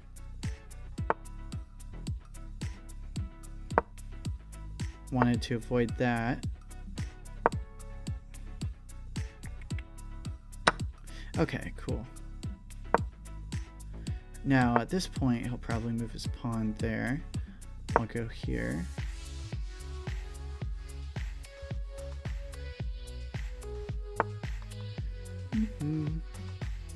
No biggie. Okay. And I'll just go ahead and do that. Move this over here. Yeah.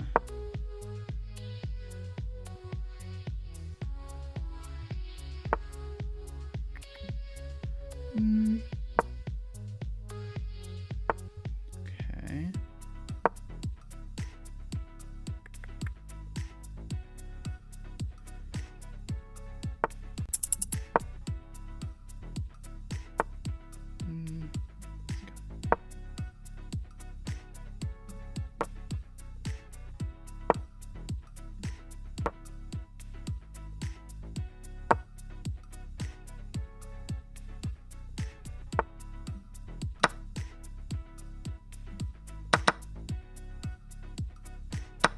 Okay. Okay. And I'm gonna lose. Or, oh, I won. Wow. Okay. All right. Always anticipate losing. You're never gonna be disappointed. Sometimes, well, so this is where Blitz is weird. So in a sense, I won on time, but in another sense, I was totally losing that position, I think. So sometimes that happens. Let's go and do a little bit more of the Bhagavad Gita and Bible comparisons, shall we, though? So we left off in chapter 2, and we're going toward 46-ish.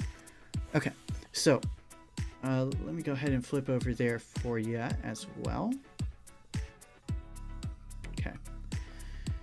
To the Brahmana who has known the self, all the Vedas are of so much use as a reservoir is when there is a flood everywhere.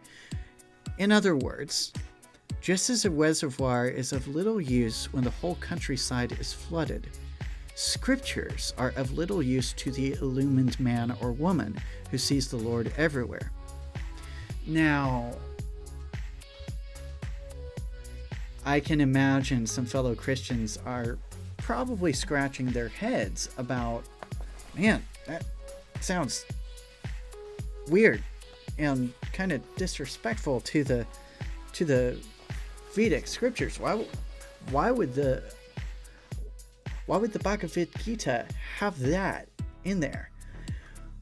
But this reminds me a great deal of John 5:39 through 40. Let's go ahead and read that, shall we? So this is the classic scene where Jesus, the Christ, is confronted by some fellow Jews, some fellow Pharisees, who in their own right were great Bible students. Like, seriously, just look into like Shabbat.org or look into other places where you can find rabbinic writings. Like, these people were geniuses and they were sincere. But as Jesus says here, as the Christ, the Logos, the logic, the music, the verb come into a human body, says.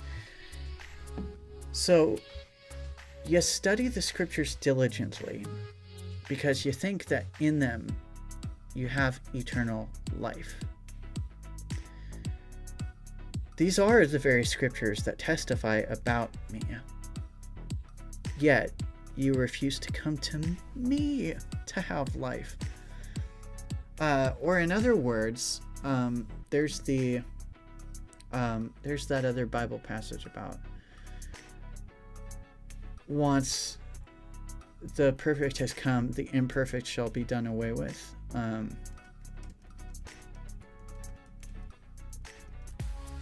think that's 1 Corinthians. 1 Corinthians 13:10. But when that which is perfect is come, then that which is in part shall be done away. So, in other words, the book knowledge is the in part to some degree. This is the so for a Hindu reading this should be the takeaway right here, is you can read this, but you need to come to Krishna. Or for us Christians, the corollary is, or the analog is, we have the Old Testament, but we need to, as part of respecting the New Testament, we need to come to Christ. So if we're going to be literal, and if we're going to be literary, and we're going to respond in respect to the texts, that means that we too have to be challenged like the Pharisees, and we have to come to Christ. So yeah, I suppose I would be one of the people who would say that the biblical text, the Old Testament and the New Testament, revere them, but do not revere them to the same high degree or deep degree that you would revere Christ, that you would revere God. So I'm just trying to draw similarities here, point out similarities. I'm not really drawing, I'm just pointing out similarities between Christianity and Hinduism so far.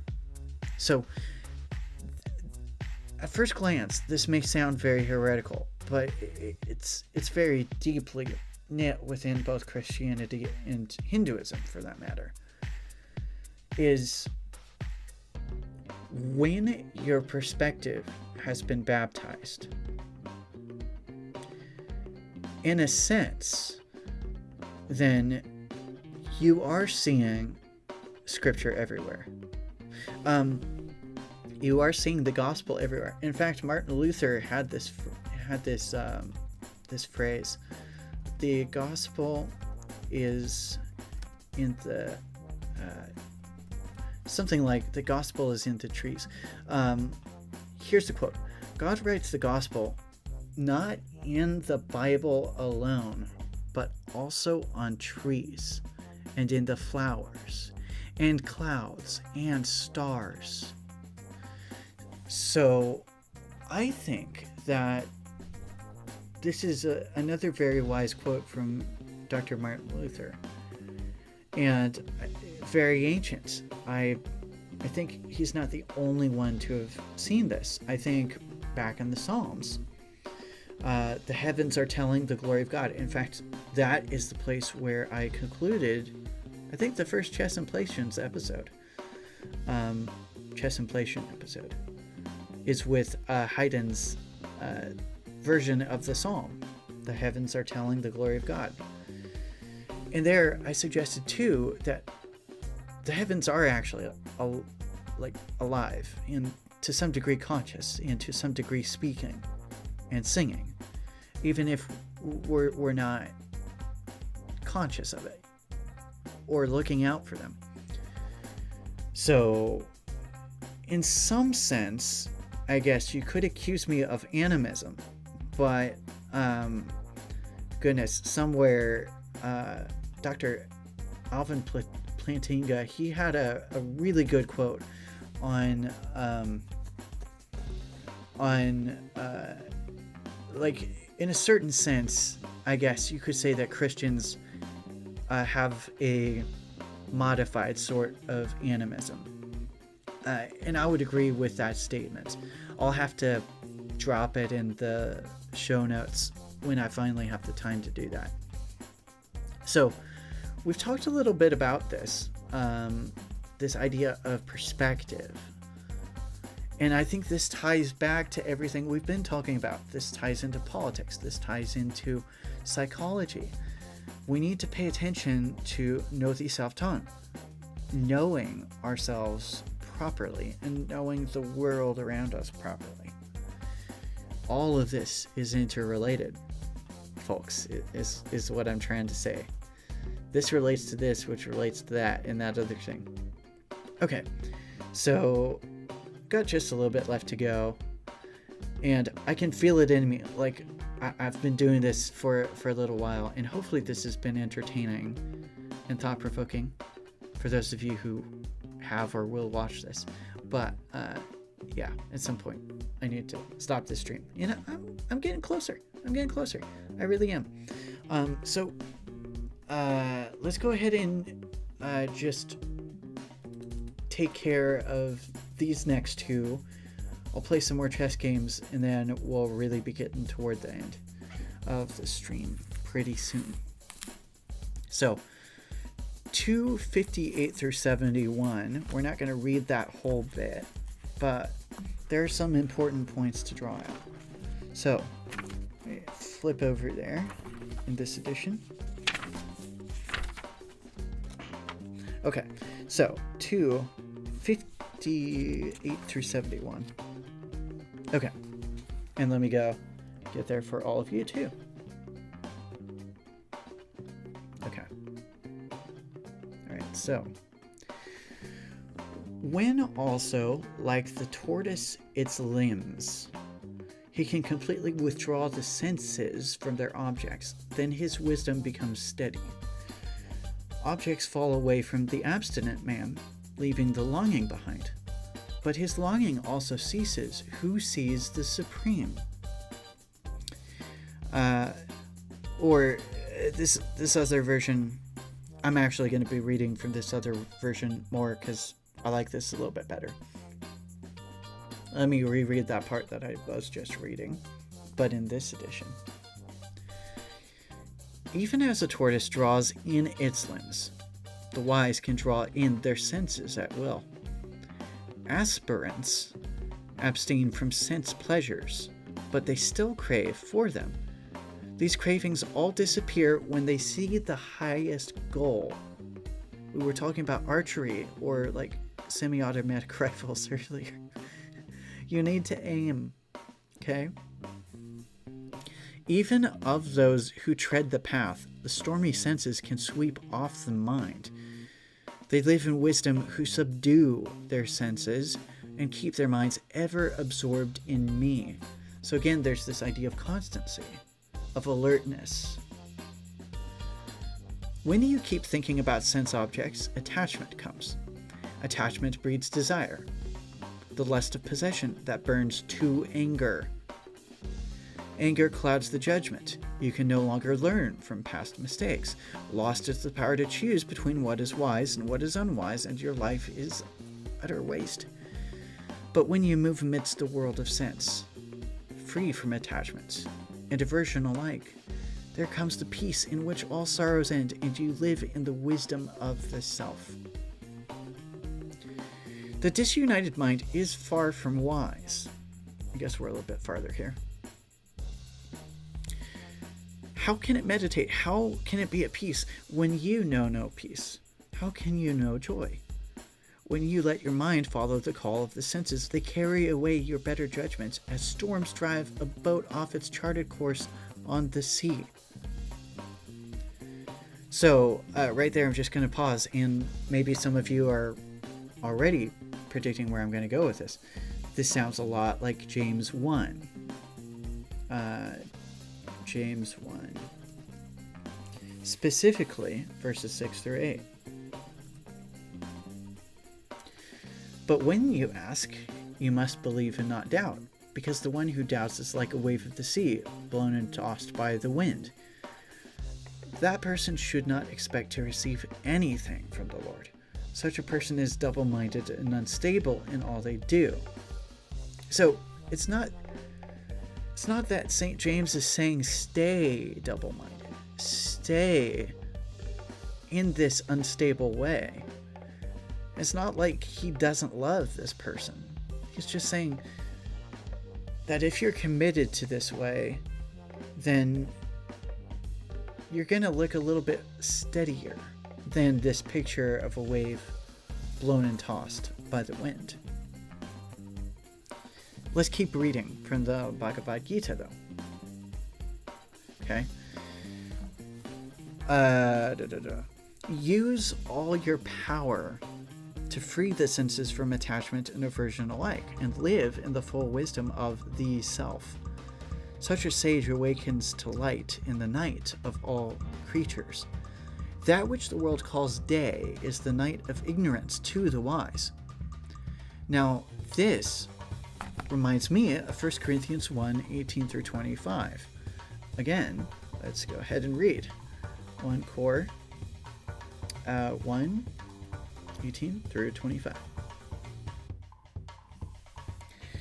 For the message of the cross is foolishness to those who are perishing, but to us who are being saved, it is the power of God.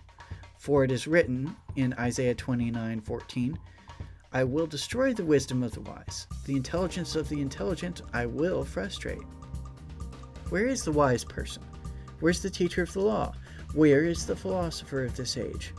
Has not God made foolish the wisdom of the world? So, this goes on, but the key term in both of these texts here are world. And the Bhagavad Gita is kind of a flipped metaphor-ish. So the sage is not in line with the world, per se. And in this text, it's kind of saying that, yeah,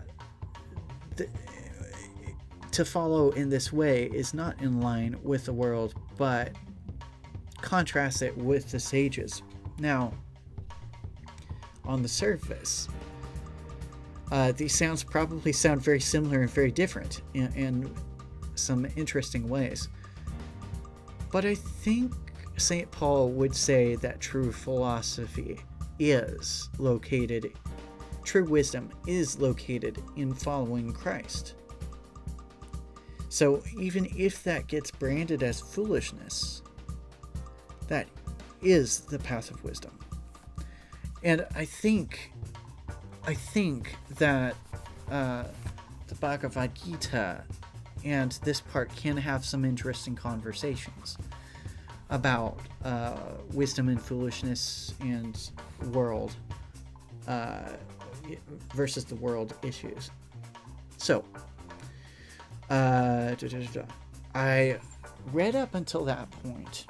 There's just a little bit more from that passage, though, that I'm going to read for you before we get back to the chess. So, back here.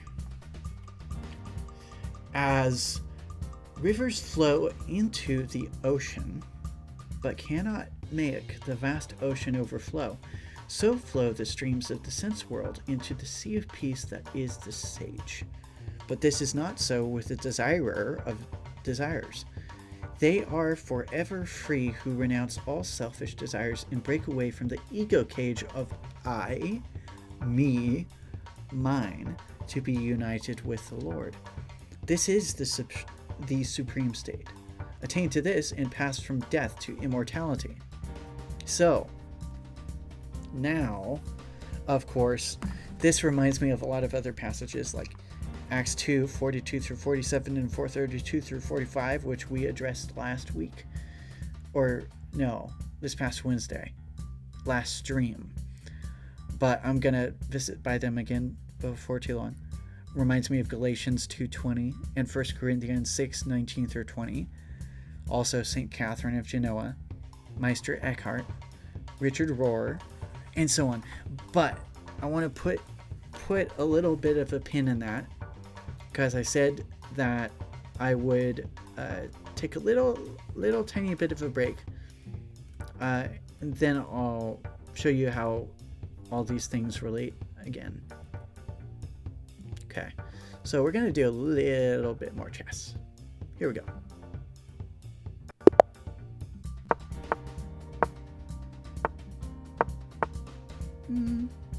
Let's do that. Okay, so he's going for that check there. Let's go ahead and do this. And then let's go take this, and then wanting to go for that. Okay, I'm gonna go here.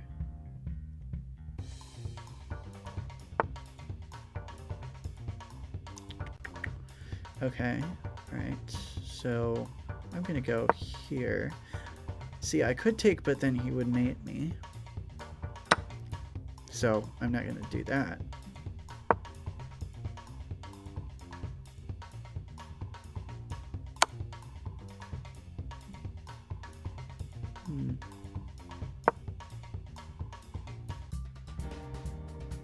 He might take there. I'll go here.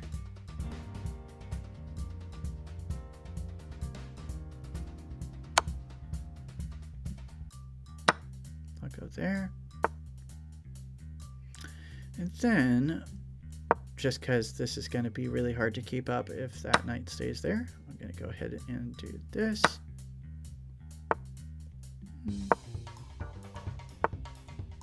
And then this, and this,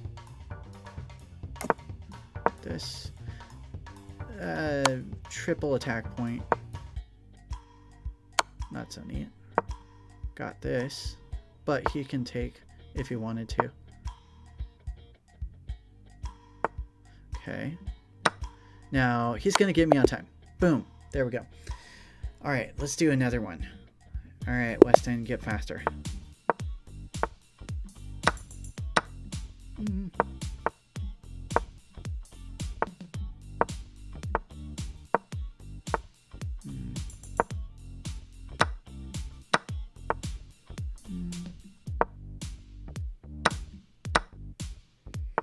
I know somebody's scandalized and thinking, oh no, he's not gonna castle.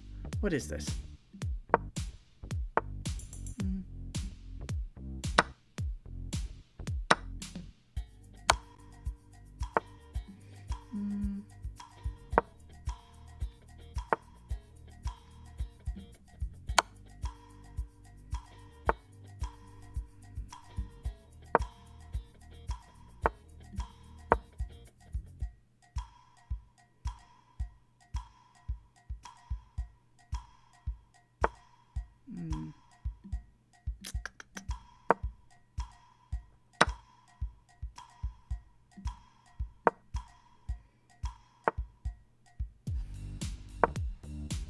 Just protect this.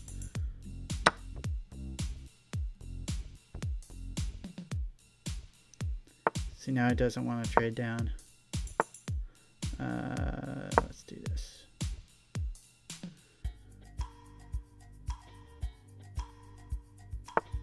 Okay. Walked into that.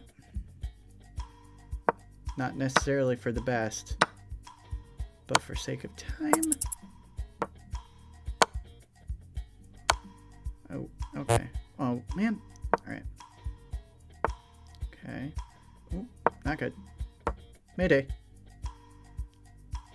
Mayday. Oh no.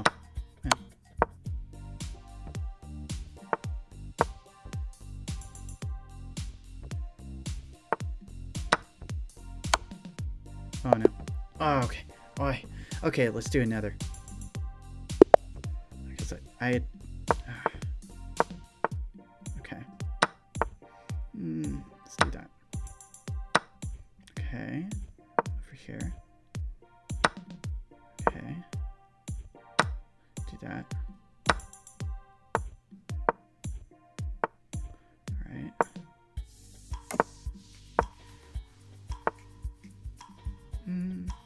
Let's do that.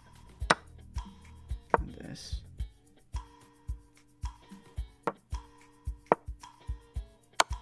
Okay. Okay. All right.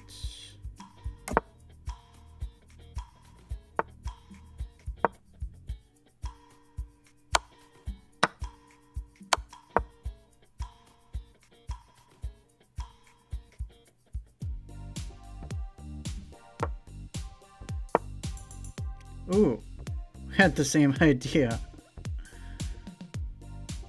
Oh boy. This is fun. Not. Man. Okay. All right.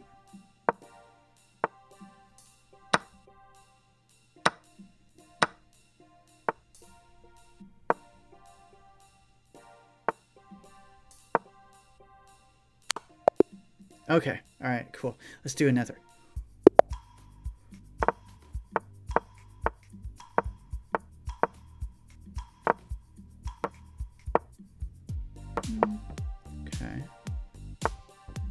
Okay, all right, cool. Let's do that.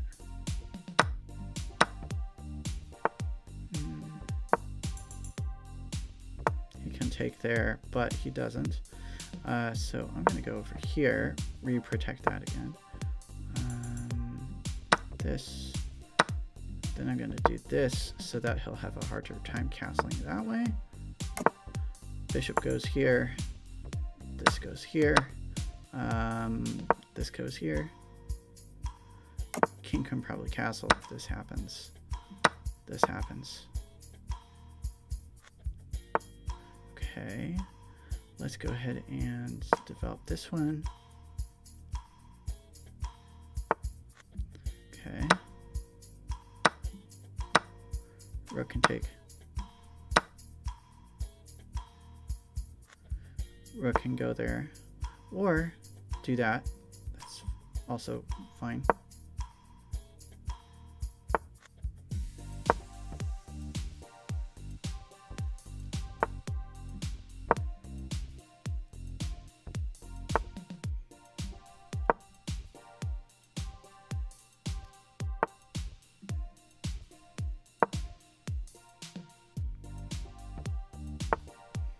Okay.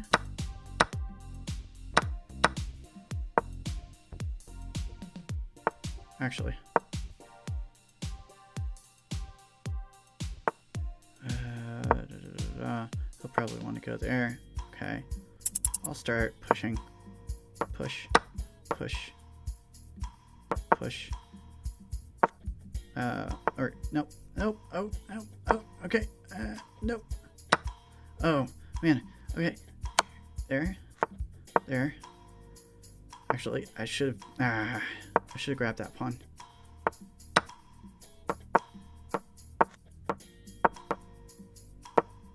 Oh, that's bad. Okay. Wow. Oh man. Okay, and on that note, let's go ahead and say, so, right, that those sentiments that were being expressed just now by Sri Krishna, the Jesus-y character, is not only reminiscent of James 1:6-8, I think, reminiscent to me of that, but also, like I was saying, 1 Corinthians 1:18-25, and a number of other passages. So I'm coming right back to sort of where I was the last time around. I had up this compilation of some Acts bits and Galatians plus Corinthians. Last time round, I was largely asking the question, well, it goes two ways. The first way is, how did the early Christians accomplish this economy? How? Like, how would you orchestrate this? There have been lots of socialist and communist and capitalistic and other economic models attempts, but this was quite successful. So they were devoted, they were filled with awe, they were together, and they had everything in common. They sold property and possessions and so on. This was like the grassroots movements of all grassroots movements right here. They were one in heart and mind. And here's this bit, which I keep coming back to. I can't help it. It has taken up so much clearance space. It's a mind virus. No one claimed that any of their possessions was their own, but they shared everything that they had. Like, do I do that? Do the Christians I know do that? Now, as an experiment, I've been trying to get better at saying, okay, the car that I drive is not my car. I call it pulchritude, but it's not mine. So, but this is just like a tiny example. How does this affect you? How do you get to this place? How do you get to this psychological state, right? This spiritual state. And, well, I think part of the answer, at least, has to be exemplified in passages like this. I have been crucified with Christ, and I no longer live, but Christ lives in me. The life I now live in the body, I live by faith in the Son of God, who loved me and gave himself for me. So it sounds like, at least in the case of Paul, but I think this was the case with early Christianity. And actually with a lot of mystics since then, this egoic identity, this really does undergo a crucifixion if one is committed to the way of Jesus. And this is phenomenal. I think this is profound. Do you not know that your bodies, quote marks, are temples of the Holy Spirit?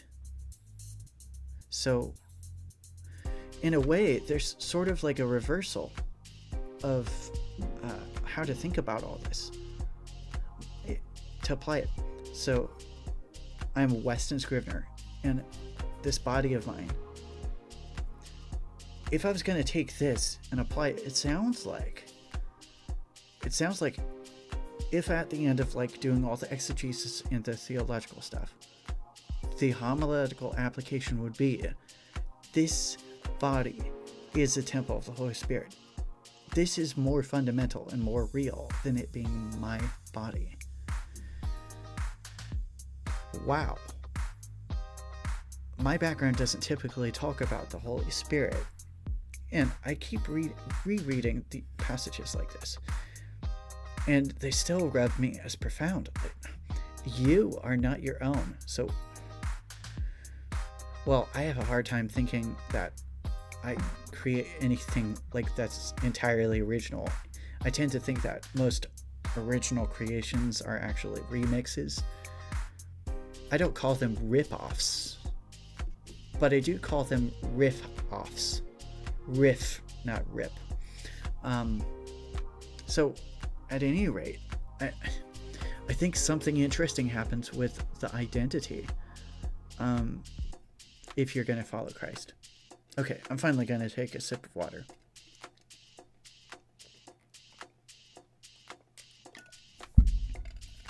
Okay. Sorry for that. So, I think this is how you pull it off. it has to be a spiritual, psychological conviction on a collective level. This is how to do it. It's I am not my own. I am literally God's servant and your servant. 24/7. That's it. I no longer live for me. Who even is the me that I live for if it isn't for God? And like I said, this I think ties very nicely into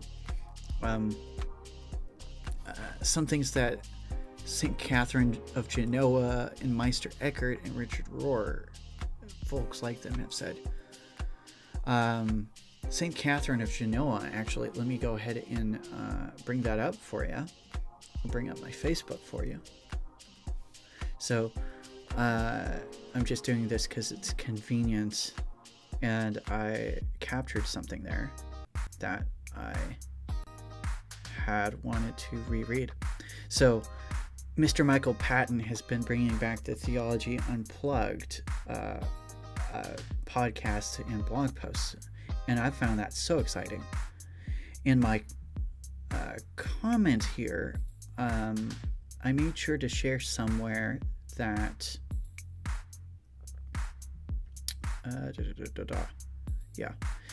I'm also coming from the cessationist hermeneutic world, but I also have bones in my body that want to be more of a continuationist when it comes to like miracles and such. And you need to read the first part to kind of get the context of where I am. Basically, general revelation, I think, is in and of itself miraculous. I think existence is miraculous. But when we say miracle, I think usually there are different senses of the word that kind of we dance around but don't often parse apart. So I was saying, if continuationism is the position I ought to adopt, if God wills it, if it's the most biblically consistent paradigm on this topic and so on, I want to come into its embrace. I'm not 100% sold on the continuationism of charismatically inclined folks, but I find it ever so deeply appealing. When I hear some charismatics talk, I immediately want to think that they're tuned into the same phenomenon that St. Paul spoke of in Galatians 2:20. It's no longer I who live, but Christ lives in me. Now, I've been baptized, and I'm always striving to improve in being a 24/7 contemplative Christian. But can I honestly join St. Paul in saying that Christ lives in me? Can I verily say that it is no longer I, Weston, who lives? How am I doing with Christ consciousness on a 24/7 basis? Can I, with Meister Eckhart, deeply say that my I and God's I are one I, one seeing, one knowing, one love? Can I join St. Catherine of Genoa in honestly saying that in God is my being, my I, my strength, my bliss, my desire? But this I that I often call so, in truth, I no longer what the I is or the mine?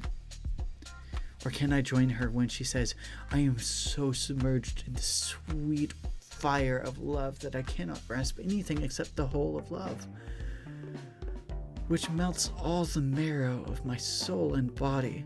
Or can I join her when she says, my I is God, and nor is any other self known to me except my God?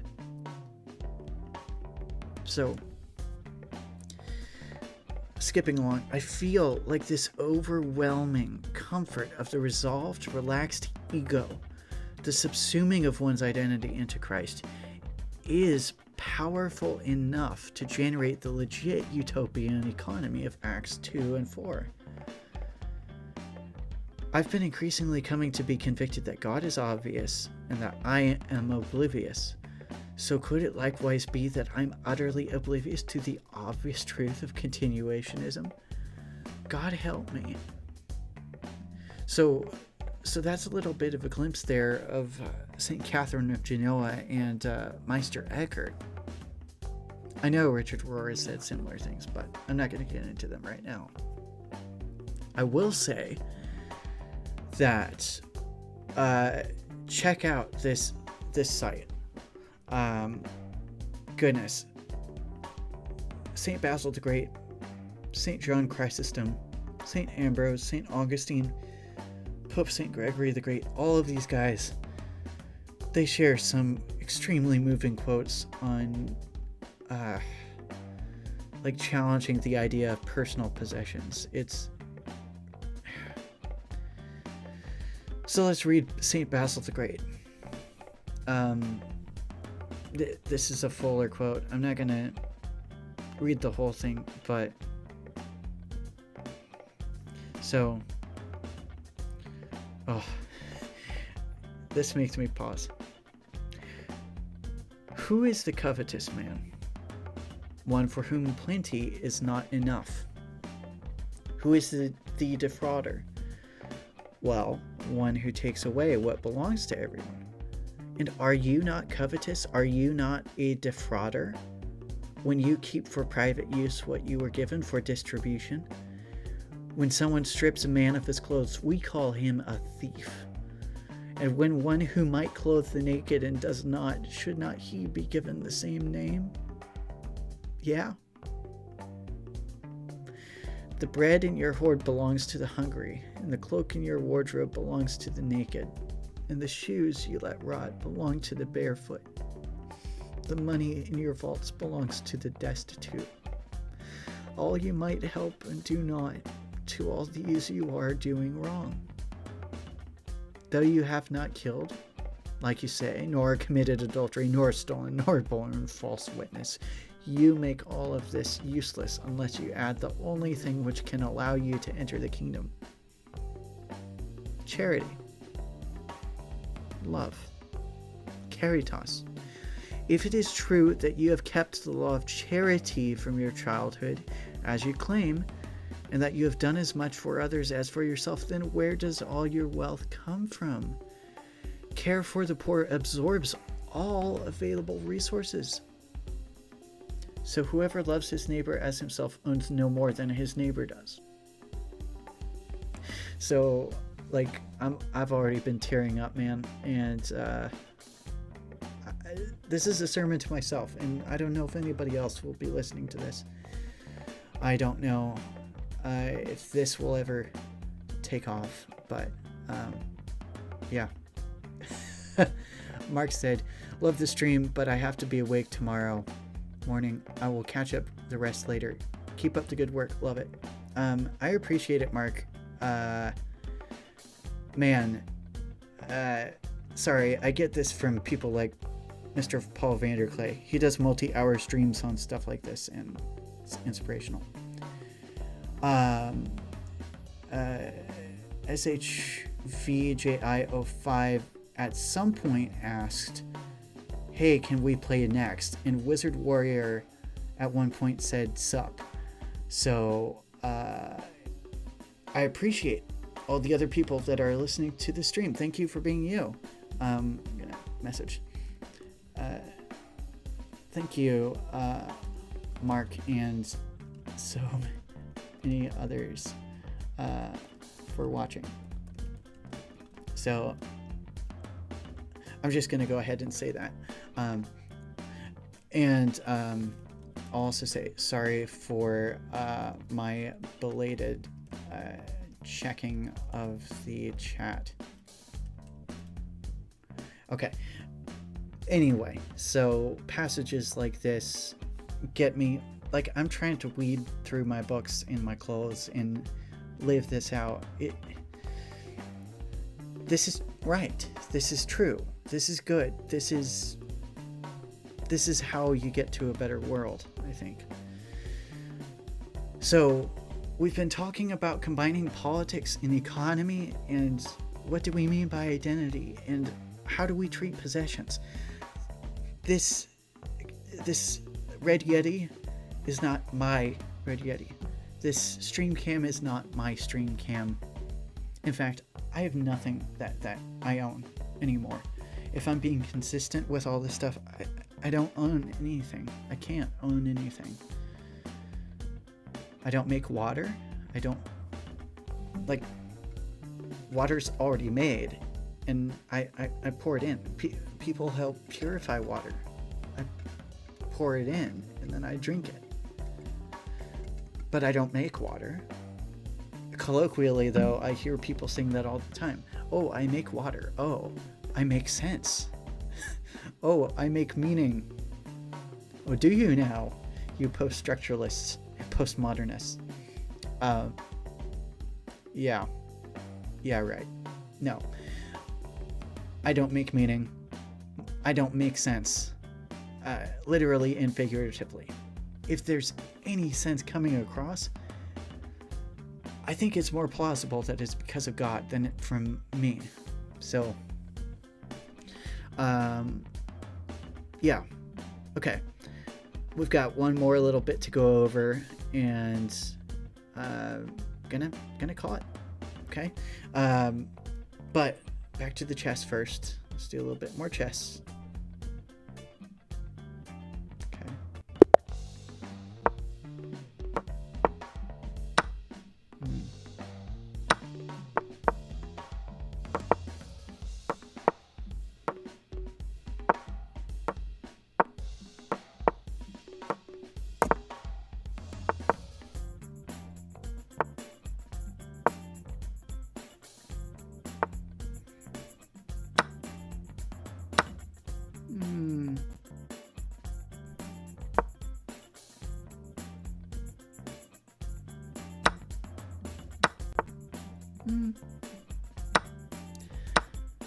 But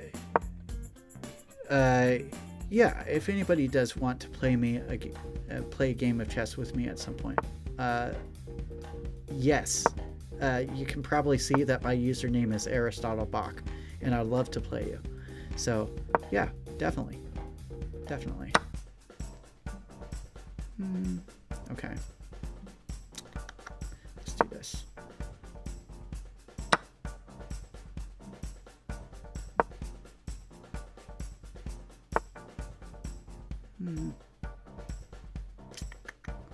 Well,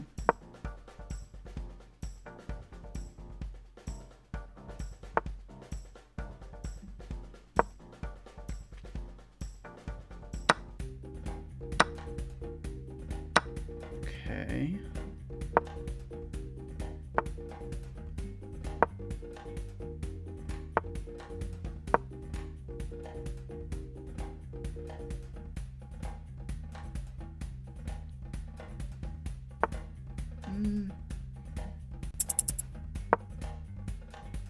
Sacrifice.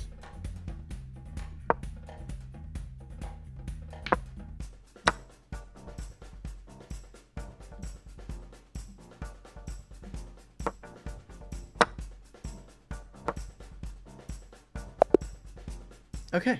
Yay, one on time. Okay. All right. So let's do another 1 minute game and keep going.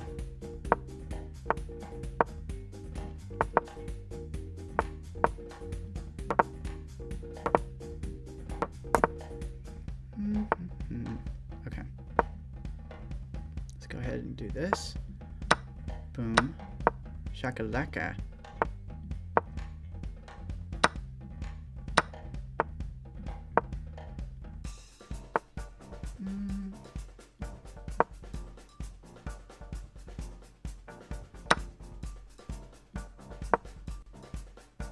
You can do check or that.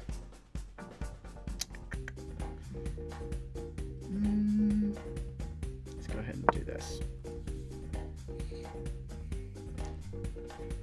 This way, if he does check me right here, it won't be that big of a deal, and I still have this protected. But I'll go right here, do that, and then I'll go ahead and do this. Okay.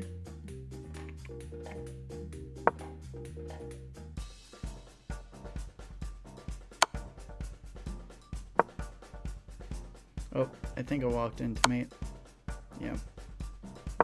Ish. Bring the... Well...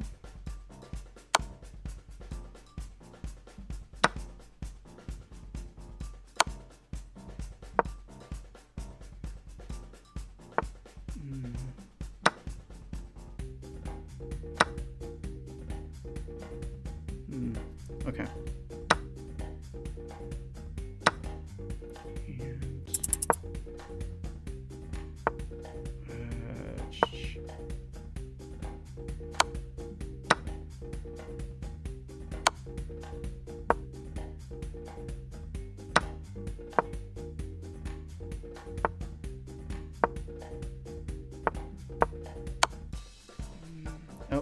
does it. Okay. All right. Okay. Another one.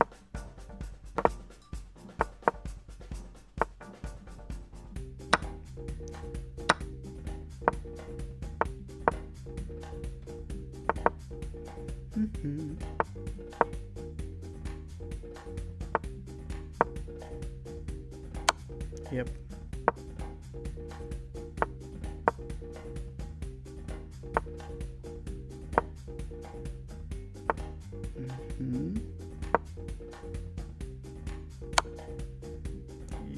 Yep. And, mate. No. Great. Okay, again.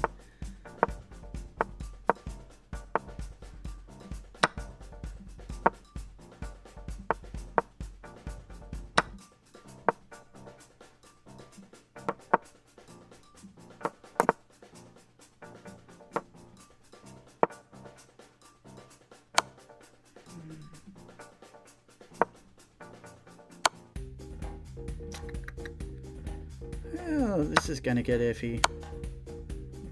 Oh, he passed up that. He could have just done that and made things really miserable for me. I guess things are already miserable, but he could have made them more miserable.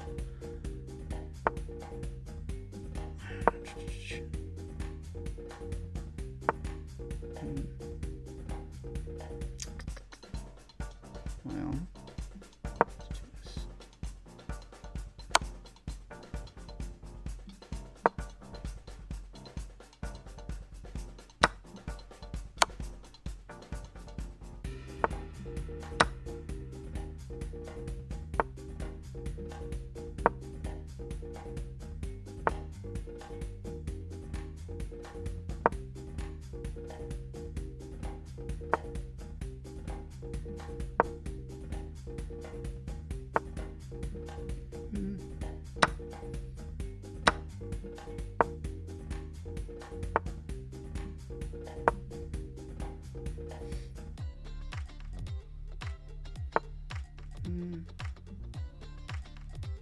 let's do this.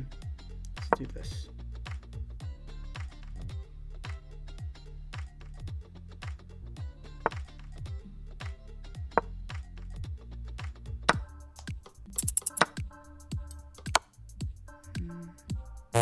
Oh, not good. Probably should have taken with the rug. But such is rushing for time. And there we go. Okay, so yay, it's the morning. Okay, so yeah, one last conglomeration of compare and contrast, and then we'll wrap it up. Okay, so 3:19 through 24.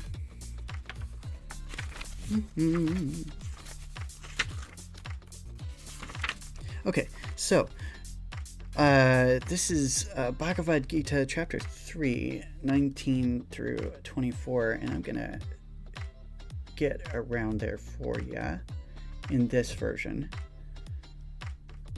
Okay, so at this point in the text, what I'm going to say is that this reminds me a great deal of Jesus talking again. So let me go ahead and read from my version again, but I've also got that on the screen for you. Strive constantly to serve the welfare of the world. By devotion to selfless work, one attains the supreme goal of life. Do your work with the welfare of others always in mind. It was by such work that Janaka attained perfection. Others, too, have followed this path. What the outstanding person does, others will try to do. The standards such people create will be followed by the whole world. There's nothing in the three worlds for me to gain, Arjuna, nor is there anything I do not have.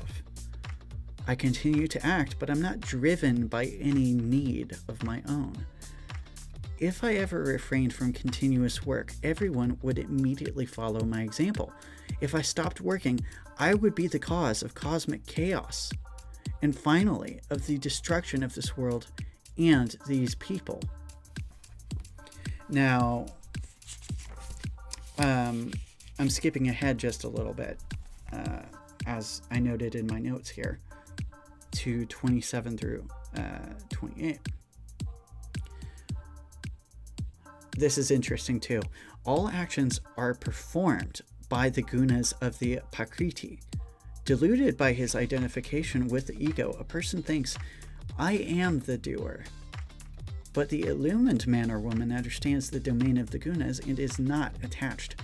Such people know that the gunas interact with each other. They do not claim to be the doer. So there's some complicated talk about gunas and Prakriti, but the gist, I think, is pretty similar to what we've already been talking about. If we are going to go for Utopia, right? And if Utopia, which I argue looks like Acts 2 through 4, in terms of that economy of everybody saying, yeah, like, this book isn't my book. This cap isn't my cap. What kind of a question is that? This stuff isn't mine. In fact, this ego, I live for Christ. I don't live for myself anymore. And as part of living for Christ, I'm living for you. So I think as part of this, you end up saying things like, I no longer live, but Christ lives in me. I think you end up saying things like, you are not your own. I think you end up saying a lot of similar things that St. Paul ends up saying. All the things about like God working through you to will and to work for his good pleasure. God working through you for his good pleasure. That is from Philippians 2:13 specifically. It is God who worketh in you. What a profoundly fantastic claim. At times, you may think it's ridiculous, and at times, it's just, no matter what, is profound. And I think I'm coming around to finally, I guess, relating to this on a different level. I've gone through a deconstructive period of like 7 years, politically and religiously, and I'll just summarize that. I think my deconstruction had to deconstruct itself. There's no other way for that program to run. If it questions all assumptions, it will end up questioning its own assumptions to question anything. So it's like, nowadays I say I'm a reconstructing Christian or a repenting Christian. I'm turning back, but in a different way than I have before. And I think, like St. Paul, this is what I would say. I have not attained. This is also in Philippians.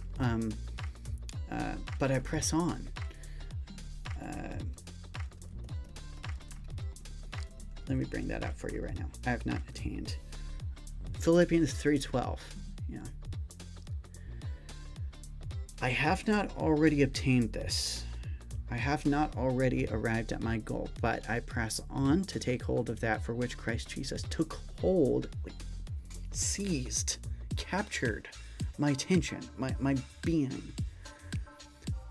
I do not consider myself yet to have taken hold of it, but one thing I do, forgetting what is behind and straining toward what is ahead, I press on toward the goal to win the prize for which God has called me heavenward in Christ Jesus.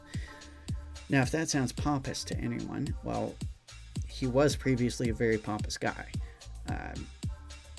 almost sort of like a Hitler character, in that he ordered lots of people to their deaths. He was very sure of himself. He was very, shall I say, annoying? But I see myself in that story. Not that I've murdered people, but I mean, we just read these quotes from St. Basil the Great. So remember again, there's a bit, though you have not killed, like you say, nor committed adultery, nor stolen, nor borne false witness, you haven't broken any of the 10 commandments, right? But you make all of this useless unless you add charity, love, right? So by this standard, I'm also a sinner. And, or at least the false self, the bad self is, the bad me is a sinner. And I like St. Paul, am trying to move on and strain toward what's ahead. And I think that this is because in some mysterious way, Christ is actually taking hold of me. Or in some other places, the love of Christ constrains us.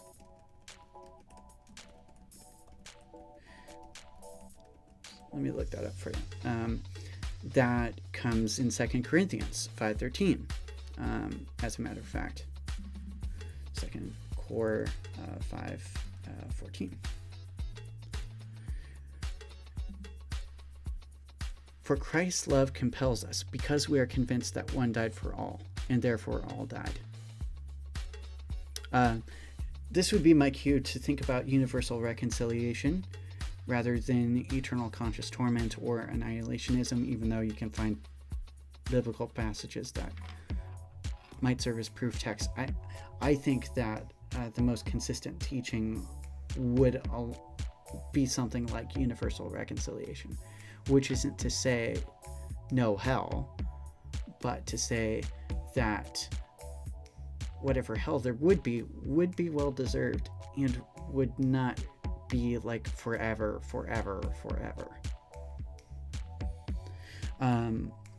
And I actually have a playlist on like in defense of universal reconciliation, but I don't have time to get into that right now. This stream has already been 3 hours or so, 3-4 hours. And hashtag the Bible passages. And Paul was up until the eventide preaching. Not that I'm comparing myself to him in any way, but I've always loved those passages.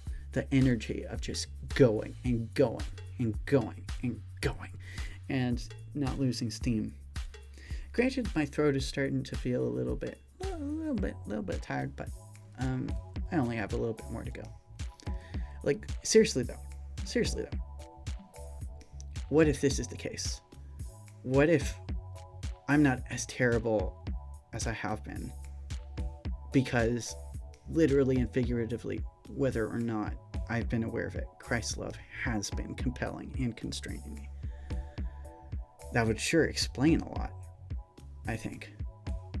But, yeah, so I've wrapped up as much as I was going to say as far as comparing and contrasting the Bhagavad Gita and the Bible for tonight, but there was a little bit more. Please join my Discord server. I would really appreciate it if you did. I know I tend to do these long streams, but I've been doing some shorter material as well. At any rate, I would very much appreciate your thoughts and your critiques and your concerns, because if anybody knows that I'm not perfect, it's God and then me. So I need your help. And I want to do stuff that's meaningful for all of you. But I wanted to circle back to why I called this stream Mending the Cosmos. And I think it all ties together. But there's just a little bit I'm going to point you to within one part of my Discord server that I recently started up. And that's like this. Go ahead and pull up my Discord for you.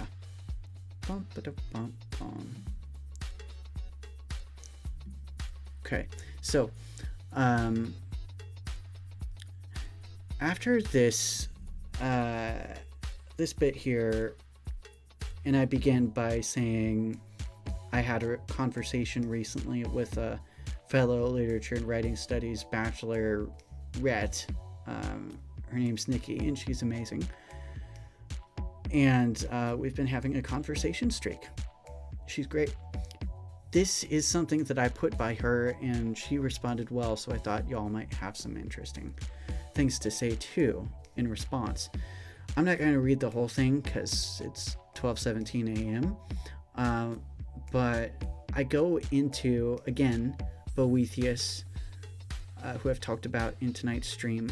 I talk about the philosophy and metaphysics of music. I talk about Narisol, a very famous YouTuber right now for music theory and stuff. Cymatics. But then I tie it into this interview that Zachary Levi did with Michael Rosenbaum. And this is combining Chuck and Smallville. Like, mind blown. I love both of these guys. They're amazing. And they get into this territory. This territory that, see, if various frequencies form patterns, then the content we listen to will in some way affect our brain chemistry. Our psychological wiring then overflows into our physiological actions and so on. So if sounds are like skipping a rock across a lake, then each sound forms ripples, and eventually every person forms ripples. This means no thoughts or actions are insignificant. Nothing is insignificant. Everything is important. So just something to run by you. I think Scooby-Doo Mystery Incorporated also hits on this theme. I also sent you my Universal Music Doctrine playlist again. But here's where the title for this stream comes from.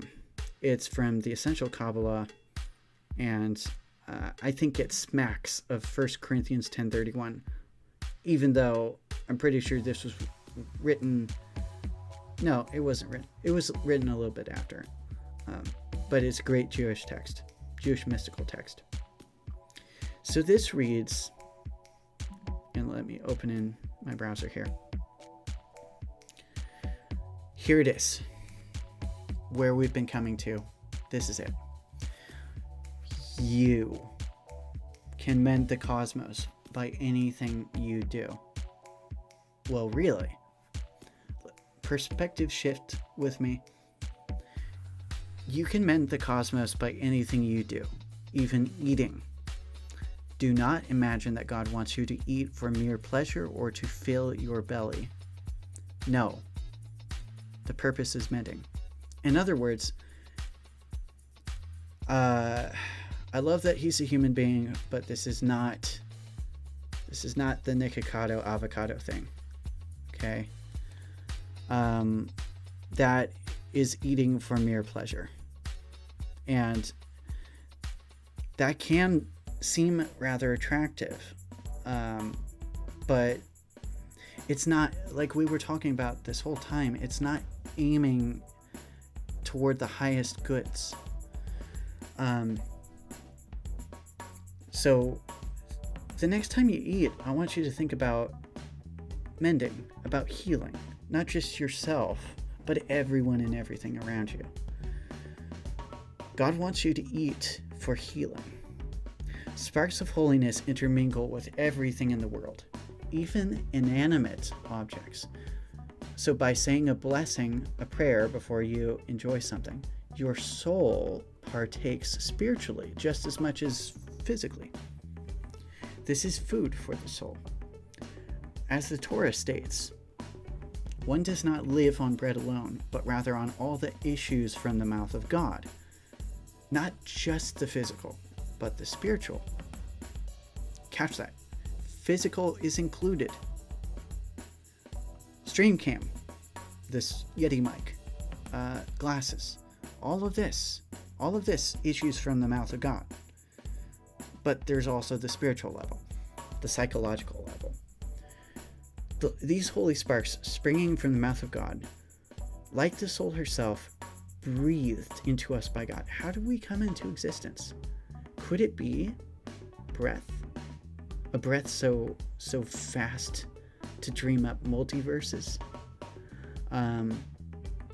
So when you're about to eat bread, say the motzi. Say, "Blessed are you, Yahweh, our God, sovereign of the world, who brings forth bread from the earth."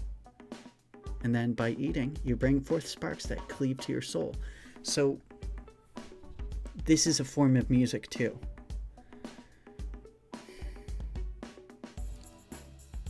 I know it's hard to think about, and I know it's hard to accept, and I'm still working through this, but literally, this is rich stuff, and this smacks of 1 Corinthians 10:31. And let's just go ahead and read that super quick. Might as well. 1 Corinthians 10:31. Okay. "Whether you eat or drink or whatever you do, do it all for the glory of God." Now, I think this is something that the Bhagavad Gita, in its own way, could definitely agree with. No action is insignificant.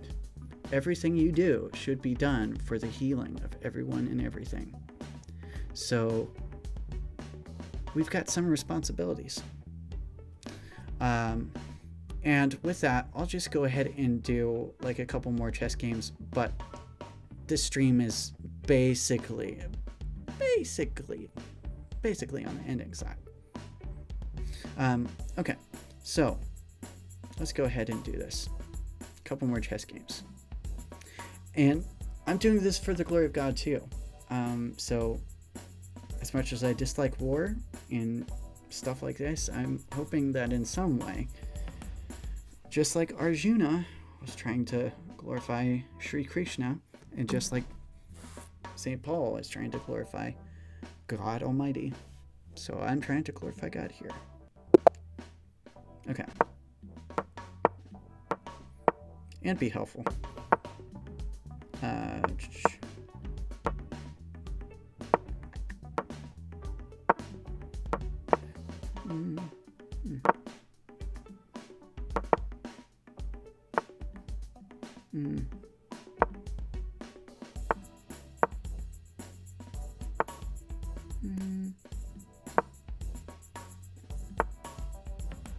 Nope, not going to do that, but I will do that.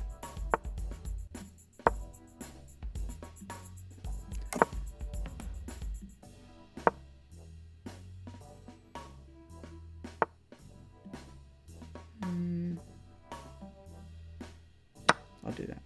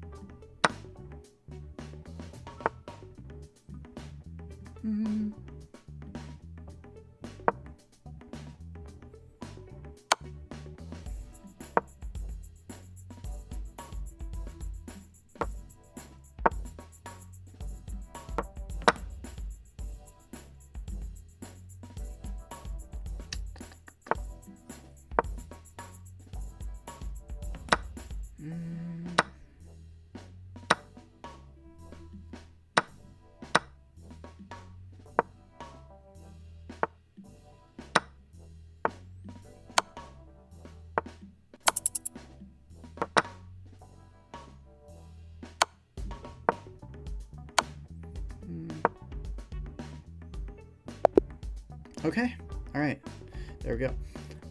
Slowly inching my way up to 1400. And actually, on that note, I should probably conclude this stream.